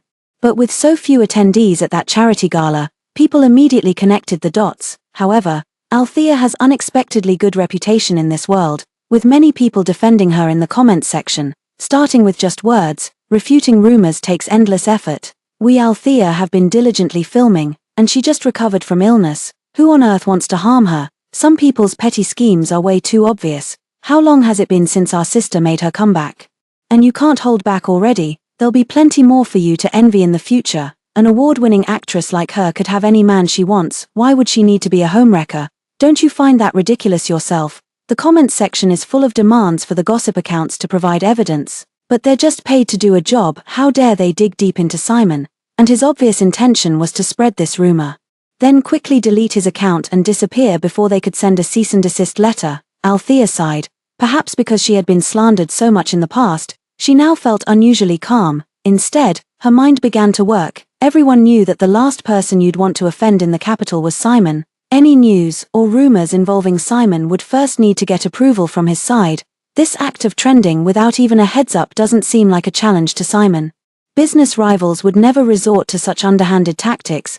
Then it can only be Vincent. After the charity gala ended, Althea immediately changed out of the clothes Simon had lent her and returned them. Simon said nothing as he took them back. He probably saw the trending topics too, his expression darkening slightly. I'll handle the trending topics issue. Sorry for causing you trouble again.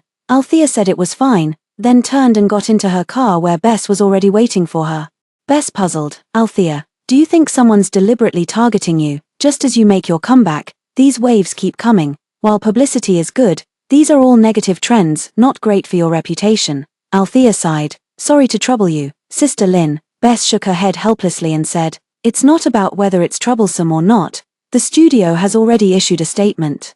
You just need to be more careful yourself. It's better to steer clear of people we can't afford to offend. Althea naturally understood this principle, but the problem was she couldn't stop them from deliberately causing trouble for her. She was already about 80% certain that tonight's incident was Vincent's doing. For someone like Vincent, the ends justify the means. That's the nature of businessmen, and Simon is absolutely no exception. If she didn't know Vincent's background, she would have thought they were real brothers. She had filming the next day. Bess told her to rest well, as the company would handle the PR for the trending topics, but the moment she finished washing up after returning home, she saw countless missed calls and messages on her phone. Her heart skipped a beat as she instinctively opened Twitter's trending page first.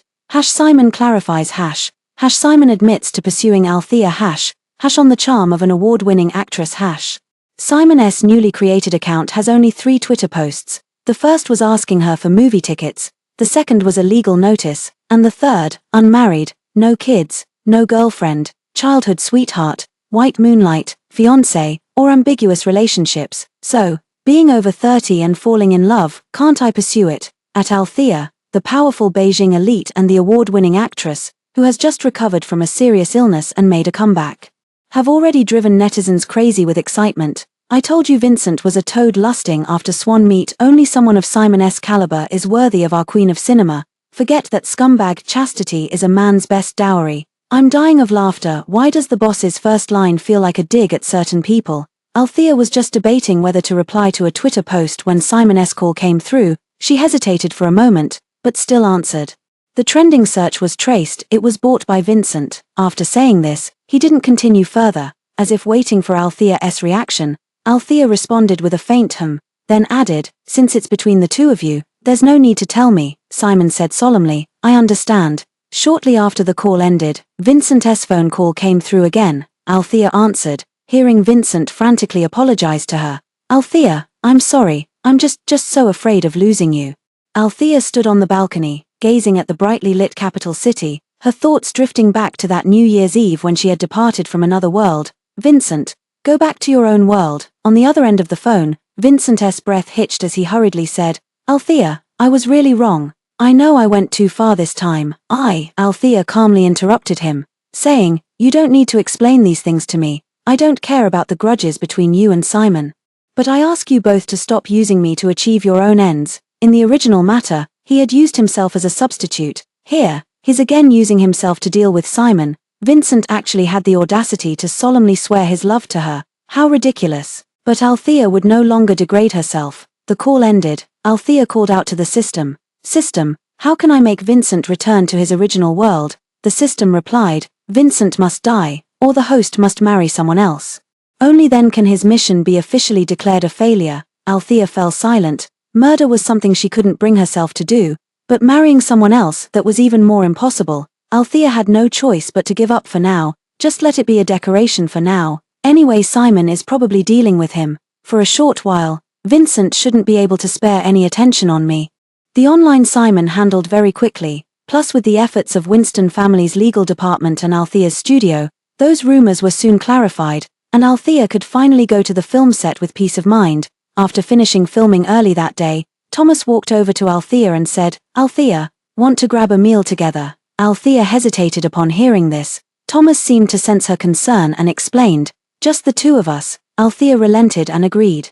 The two of them sat down at a nearby restaurant. However, Althea could tell Thomas had something to say. Sure enough, shortly after the food arrived, Thomas got straight to the point. "Althea, you must realize both brothers have feelings for you." Althea was taken aback. She took a sip of water and replied calmly, "Auntie Yi, I've just recovered from my illness. I'm still young and only want to focus on my career now." Thomas laughed. "I'm not here to plead their case. I was asked to come and clarify things on someone's behalf." "What?" Althea was bewildered. Thomas lowered his eyes and sighed. "Simon was never engaged. Our family doesn't do engagements, it's entirely up to them. The matter of a childhood betrothal was just something the Lin family parents jokingly mentioned when they wanted to cozy up to the Winstons back then, but I rejected it outright. It's just that Ava was rather extreme, pursuing Simon for many years. Simon even went abroad for a few years to avoid her. Later, when the Lin family went bankrupt, they started spreading rumors everywhere about Ava and Simon being engaged." Althea listened to these words, feeling somewhat dazed. So this was what Simon had wanted to tell her last time. At this point, Thomas smiled and said gently, "Althea, Simon was raised under my and his father's watch. His character and upbringing were also shaped by my own hands. He asked me to tell you that he genuinely likes you, but if you want to reject him, you don't need to have any reservations." After Thomas said goodbye and walked out of the restaurant, a car slowly came to a stop in front of Althea. The window rolled down, revealing Simon's face in the driver's seat. "Let me take you home." Althea didn't drive today and is only wearing a mask right now, so being recognized would indeed be a bit troublesome. Hearing this, she didn't stand on ceremony and directly opened the passenger door. Inside the car, the two sat in silence. After a long while, Althea finally spoke up. "What did you do to Vincent?" Vincent was being unusually quiet, but Althea wasn't worried about him. Her concern was for Wayne. After all, Wayne was once the flesh of her flesh, carried for 10 long months. Though her heart is now as unyielding as stone, she had truly cared for him with all her heart in the past. Simon tightened his grip on the steering wheel and said, "Nothing much, just threw a few obstacles in the way of his company, left it teetering on the brink of bankruptcy, gave him something to keep busy with." "And, what about his son?" Simon replied, "There's a nanny at home taking care of him. Yesterday, he got into a fight at kindergarten." Althea let out an almost imperceptible sigh. Simon raised an eyebrow and said in a joking tone, Althea seems particularly concerned about Wayne." Althea once again marveled at this man's sharp perception, but she wasn't as flustered this time. Choosing not to respond, Simon didn't ask any further questions. After seeing her to her doorstep, they bid farewell at the stairwell and each went their separate ways. This farewell lasted until Althea wrapped up filming with Thomas's crew, during which neither Simon nor Vincent reappeared in her sight. It wasn't until the evening of the wrap-up that Althea, on her way home, ran into Vincent and Wayne at her doorstep. Somehow they had slipped past the residential gate. Seeing him, Wayne immediately threw himself into her arms, his eyes glistening as he sniffled and said, "Mom, I missed you so much." Yet Vincent looked haggard, as if he had become a different person in just over a month. He gazed intently at Althea and said hoarsely, "Althea, can we have a serious talk?" Althea sighed and said, "Come in." The father and son walked in somewhat awkwardly. The front door left slightly ajar by Althea. Althea opened the refrigerator and was about to grab a bottle of milk for Wayne when Wayne darted over like a little cannonball, pointing at the small cake inside. "Mom, I want to eat cake." Althea paused for a moment and said, "I made it, it's sugar-free, you don't like it?" Wayne felt his nose sting instantly and immediately shouted, "I do, I love the little cakes Mom makes the most." Althea said nothing as she took down the small cake and handed it to Wayne. Wayne crouched before the coffee table, eating with relish as if cradling something precious. Witnessing this scene, Althea couldn't help but feel a sharp pang of dense pain in her heart. Callista hadn't appeared yet, and Wayne used to be like this too. Obedient and well-behaved, he would devour everything she made for him. Perhaps there was still a lack of mother-son affection between them. "Althea, even if you hate me, could you really bear to abandon our child?" Vincent stood by watching this scene, his heart aching with sorrow. Althea coldly averted her gaze and said, "If you truly feel sorry for me, you should return to where you belong and raise Wayne properly." Vincent panted heavily, his eyes red as he pleaded, "I can't do this alone without you." Althea retorted expressionlessly, "So what you need is a nanny." Vincent immediately protested, "No, Althea, I just mean Wayne needs his mother, and I need you too." Althea fell silent. Silence doesn't mean hesitation, but finding it ridiculous. For 5 years he failed to see clearly what was in his heart, yet only after I left did he realize he wanted to turn back, so he was merely indulging in the feeling of being adored, believing that what's unattainable tastes the sweetest, wanting everything yet unwilling to commit, constantly looking back only to find himself still stuck in the same place, ending up with nothing. "Althea, Vincent's words were cut short by a deep male voice at the door. "Don't I give my little brother enough trouble already? To think you'd still have time to bother her. What are you doing here?" At the sight of Simon, Vincent's expression immediately changed, his whole body tensing up. Simon first sought Althea's opinion. "Althea, may I come in?" Such an intimate form of address made Vincent instantly flush with anger. Glaring fiercely at Simon, Althea was momentarily stunned by the words, but quickly regained her composure and nodded. Simon finally stepped inside. "You villain." Wayne sprang to his feet upon seeing him, like a wary little beast guarding its cake. Simon let out a light chuckle, but just as he was about to say something to the child, his words suddenly caught in his throat. This was the first time he truly looked at the child's face. And in that moment, he realized those eyes looked strikingly familiar. They resembled Althea's. Simon frowned, suddenly forgetting what he was about to say. "Althea, I'd like to speak with you alone. Could you ask him to leave?" Seeing Simon, Vincent recalled all the troubles his company had faced these days. Feeling the man before him was nothing but a smiling tiger, Simon snapped back to reality and, with practiced ease, swaggered over to sit on the living room sofa. "Why should I leave?" Simon winked suggestively at Althea with a smile. "My home is right here." He wasn't wrong about that, his home was indeed on this very floor. Vincent immediately looked at Althea in disbelief. "Althea, you and him." Althea shrugged and said, "Since you already know everything, why bother asking?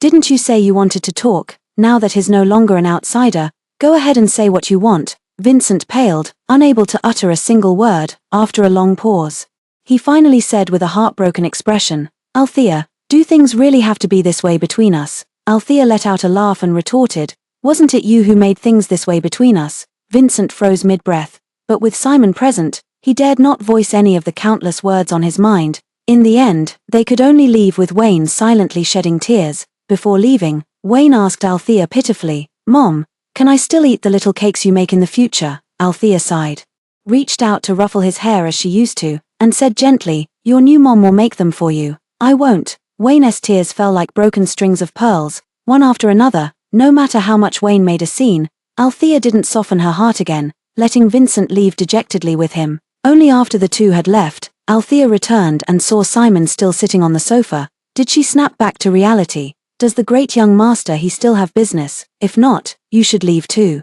I'm tired. Simon looked somewhat strange, his gaze filled with scrutiny. After what seemed like a long hesitation, they finally asked, "Were you really together with Vincent before? Is Wayne your child?" These matters Althea hadn't intentionally kept from Simon. She replied frankly, "Since you've already heard everything, why ask?" Simon fell silent. Originally Althea thought he had retreated from the challenge, but unexpectedly, Simon just said, 5 years ago, Vincent was still abroad.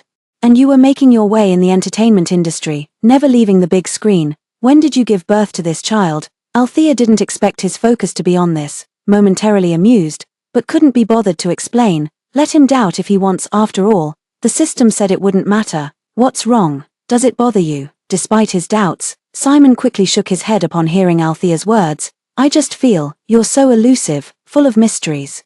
As if you might disappear the moment I blink. Althea smiled, neither confirming nor denying this statement. He wasn't wrong, this place was merely a temporary stop for her to rest, and she would ultimately have to leave, but before leaving, she still needed to send Vincent Wayne back. And the system had said that unless they died or she got married, they might return to their own world due to mission failure. Althea fell silent for a moment before suddenly raising her head to look at the man across from her. Simon, will you marry me? The air seemed to freeze in an instant, and for the first time, Althea saw something resembling shock on Simon's usually composed face. After what felt like an eternity of silence, Simon finally said hoarsely, Althea, do you know what you're saying? Calling out the full name directly, it sounded like there was some anger in the tone. Althea didn't press further and added, it's fine if young master he disagrees. I'll just find someone else. Who are you planning to find? Vincent. Simon interrupted her plans, his pitch-black eyes surging with unfathomable emotional tides. Althea finally realized Simon wasn't angry, but observing whether she was joking or serious. After all, marriage is truly no trivial matter, Althea said earnestly. I'm not joking. I meant it when I said I'd marry you, of course. If young master he isn't willing, I won't force you. Simon gazed at her in prolonged silence before suddenly stepping forward and murmuring, I'm going home, see you tomorrow at 8 in the morning. With that, Simon headed for the door. Reaching the doorway, he turned his head to glance back at Althea, that look carrying a hint of intimidation. Althea, I don't joke about matters of the heart. When you mentioned marriage, I took it seriously. Let's get married tomorrow. With that, Simon left, remembering to close the door behind him. Meanwhile, Althea activated the emergency call system. Host, I'm here, Althea asked. After Simon and I get our marriage license, will Vincent and Wayne be sent back immediately? The system said, that's right, they're not from this world. It's much easier for them to leave than it was for you initially. Althea nodded, recalling Simon's words earlier, and felt somewhat uneasy again. Then if I marry Simon, will it have any effect on me?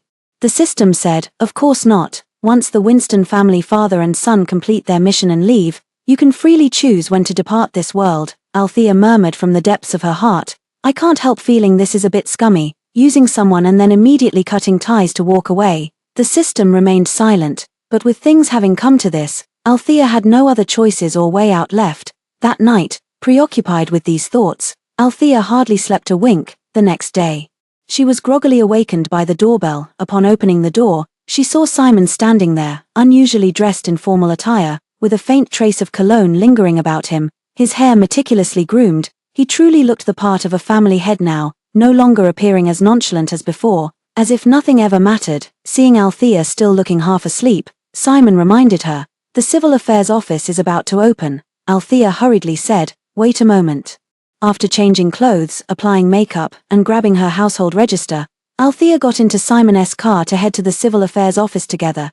Even now, Althea still felt a sense of unreality. Admittedly, when she proposed marriage, she hadn't actually intended to take this union seriously, because the system had told her this world was merely for vacationing, allowing her to withdraw with perfect ease. Yet when she turned and saw Simon's taut jawline, Althea couldn't help feeling somewhat guilty. After all, she was just using him. So when the car stopped in front of the Civil Affairs Bureau, Althea wasn't in a hurry to get out. Instead, she turned to Simon and said, actually, the reason I'm marrying you is, to use me, or something else, it doesn't matter. Simon smiled faintly, his eyes dark and deep, but I want to marry you simply because of who you are. Althea was instantly speechless. 20 minutes later, the two had obtained their marriage certificate and walked out of the Civil Affairs Bureau. At the same time, Vincent's System 007 began announcing, Host, regretfully, your mission has been declared a failure. You and Wayne will be sent back to your original world. Return countdown, 010000. What? Vincent, his mind buzzed. And his entire body froze in place. What's wrong, Dad? Wayne was crouched by the coffee table, drawing. He held up his finished work to the pale-faced Vincent and said, Dad, look, I drew Mommy, you, and me. Vincent looked down at the crooked, childish drawing, his eyes stinging. He immediately pulled out his phone and called Althea. This time, Althea didn't hang up as she used to, and answered quickly. Before Vincent could ask, Althea said, Simon and I got married, Althea. Althea seemed to exhale before saying, let's meet, by the river. Half an hour later, Vincent arrived at a riverside park in J City with Wayne.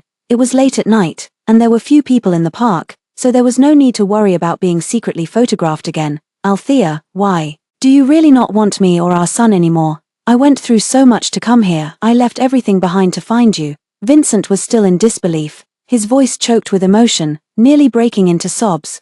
He could no longer bear the thought of a world without Althea. Even if this world didn't belong to him, just being able to see Althea every day already made him happy.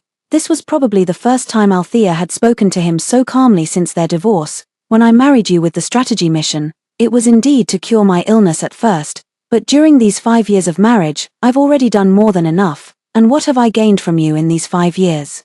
Vincent felt a needle-like suffocation pierce his chest as System 007 in his mind began counting down. Time remaining until host leaves this world, 0020.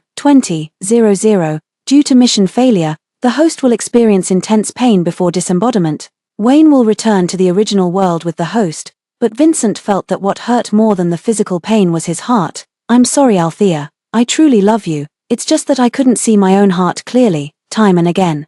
I've missed my chance with the one I love. I thought being with Callista would make up for my regrets. Althea, I really can't live without you. Even if I just stay in this world and watch you be happy, that would be enough. Althea sighed, her expression calm and unreadable. Vincent, you're just deceiving yourself. The truth is, you don't love anyone, you only love yourself. True love doesn't seek substitutes. Nor does it take 5 years of being together to still not recognize one's own heart. Vincent frantically shook his head, his breathing growing rapid as he looked at Althea. No, Althea, I've finally understood my heart now. I only love you. I'll only ever love you in this lifetime. I'm sorry for my past mistakes. Please, let me stay by your side. Althea no longer looked at him, turning instead toward the tranquil lake.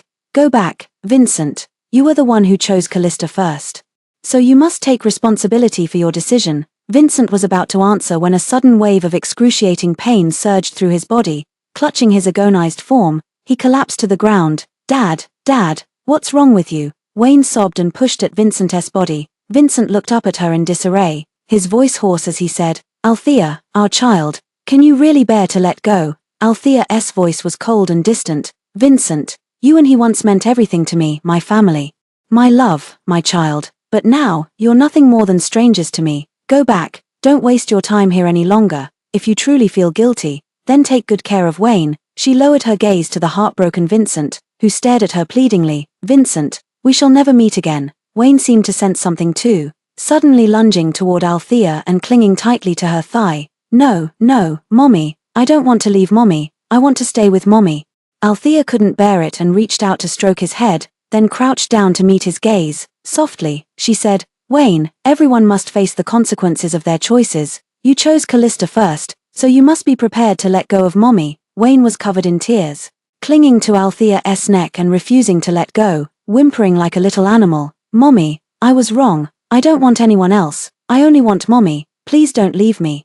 I promise I'll be good from now on. No more eating too much candy. No more bullying classmates. No other mommies. I'll eat properly. I'll only eat the little cakes you make. Despite all the mental preparation, facing those glistening eyes so clear and identical to her own, Althea still froze, tears falling unbidden. She hugged Wayne's small frame and whispered, May you always be safe and healthy. When the countdown reached its final minute, as an overwhelming sense of suffocation seized Vincent's mind, he could no longer hear Wayne's sobs or see Althea's figure. In a sudden burst of white light, he seemed to see Althea's figure slowly approaching him. That year, Althea had worn a red dress, giving him a bright and radiant smile. He reached out to grasp it, but the shadow abruptly dissolved into a cluster of bubbles, vanishing into the air. Host's conquest mission failed, qualification revoked, preparing to exit this world.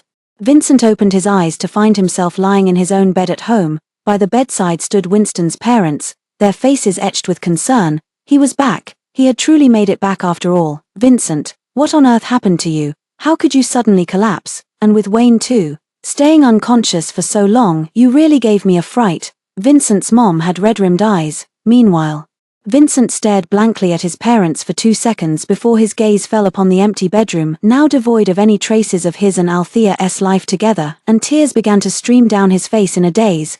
This time it was real, he would never see her again. Host. The strategists Vincent and Wayne have been sent back to their original world. Althea suppressed the surging emotions in her heart and nodded. The next day, Althea had no work and was awakened by Simon's phone call. Are we moving today? Althea was taken aback and asked. What move? Simon remained silent for a few seconds before saying, have you forgotten we're married? Althea had indeed forgotten. Yesterday, the departures of Vincent and Wayne had left her tossing and turning all night, dreaming repeatedly of past events, and she still felt groggy. Only after realizing did she hastily add, being married doesn't mean we have to live together.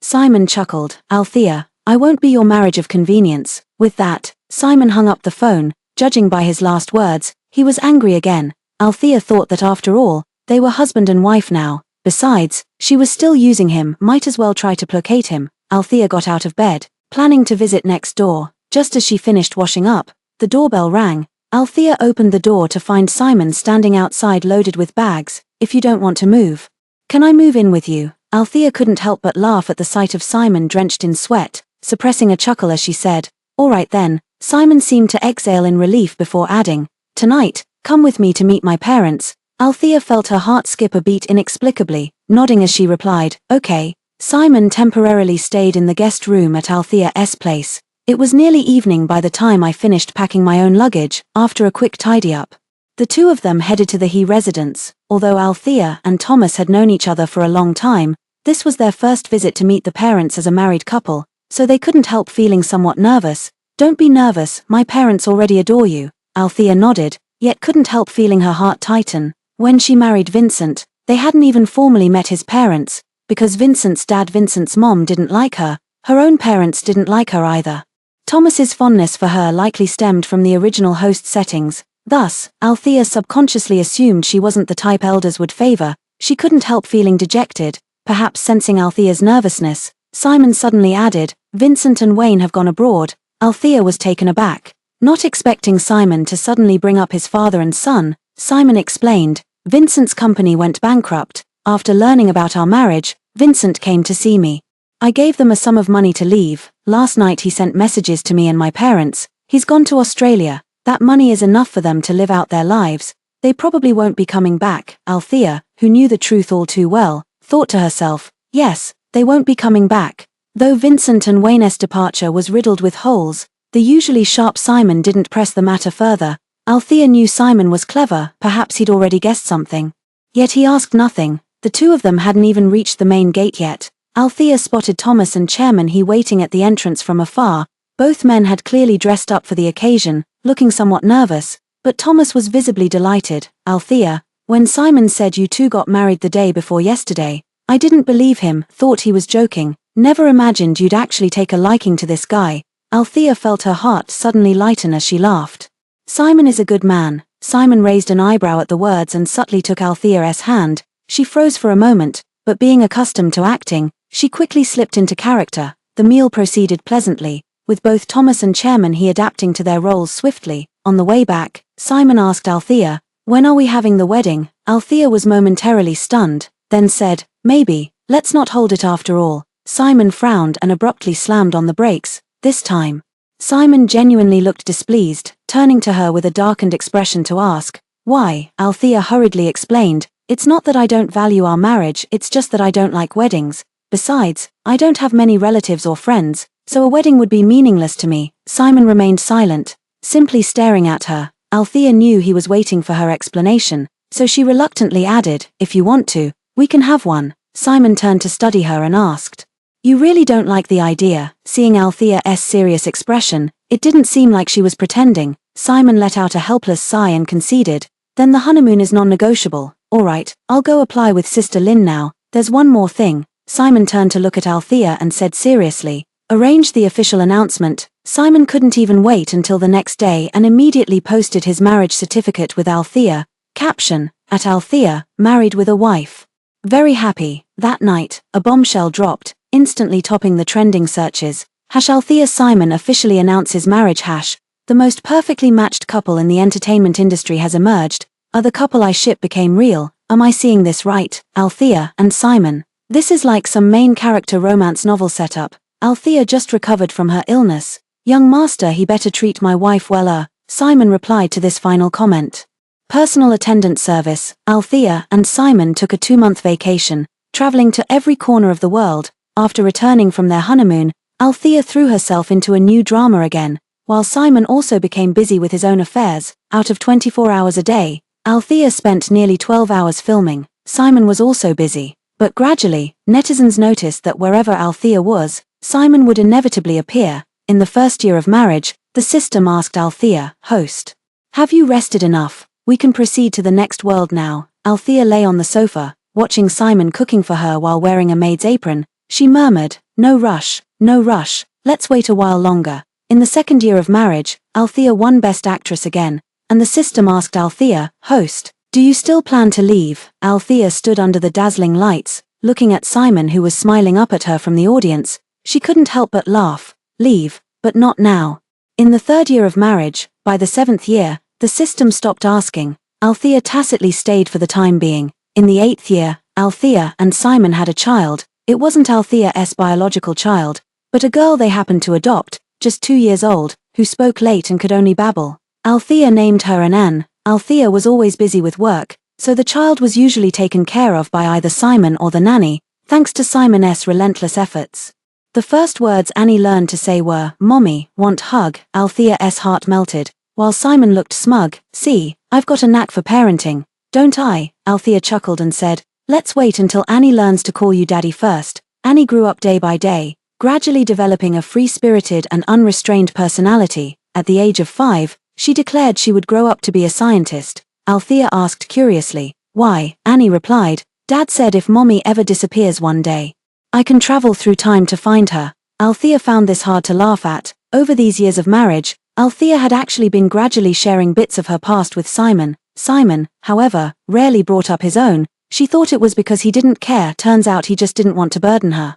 She realized the reason she could stay here for 7 years was that Simon's love for her was different from anyone else's. His love made her feel free. As she grew older, Althea gradually stepped back from the big screen and retreated behind the scenes. Simon also slowly let go of company affairs, becoming a behind-the-scenes tycoon. Retiring at home with Althea, the two would occasionally travel to see the sights, and when at home, they would revisit their youthful hobbies, racing cars, mixing cocktails, and playing mahjong. Annie described them as old in age but young at heart. Simon looked at Althea with a smile and said, I'm just worried your mother might think I'm too old for you, so I'm trying to recapture some of my youthful charm. Althea felt a lump form in her throat. Yes, after all these years. Simon's hair had grown increasingly white, the fine lines around his eyes more pronounced, while Althea's appearance remained unchanged. Netizens also crowned her the ageless goddess. She asked the system, which replied, host, you never belonged to this world to begin with, so you won't age alongside its people. Althea felt a bitter ache in her heart as she could only watch Simon grow older day by day. After turning 60, Althea completely vanished from the screen and moved to Switzerland with Simon to settle down. Once, while out for a walk together, someone asked if they were father and daughter. Althea smiled and took Simon's hand, saying, he's my husband. Simon responded with an equally open smile. Simon fell critically ill at the age of 65, and the hospital issued a critical condition notice. That was Althea's first realization that a human life could be so brief. Althea gazed at the frail figure on the hospital bed, feeling as if a needle had been buried in her heart. Simon gently wiped the tears from the corner of her eye and said weakly, Althea, parting is temporary. We will meet again. Althea forced a smile and said with a sob, I know, we will definitely meet again. Annie, her eyes red, said, Dad said you don't belong here. Now that Dad is gone, Mom, you should go and pursue what you want. I can take care of myself. Althea hugged her and said nothing. Before leaving, she visited Simon's grave, tracing the name on the tombstone with her fingers, standing there for a long time. Not until the sun sank in the west did she finally rise. Gazing at the layered hues of the distant sunset, system, Request to proceed to the next world. Host request received. Host will now proceed to the next world. The end.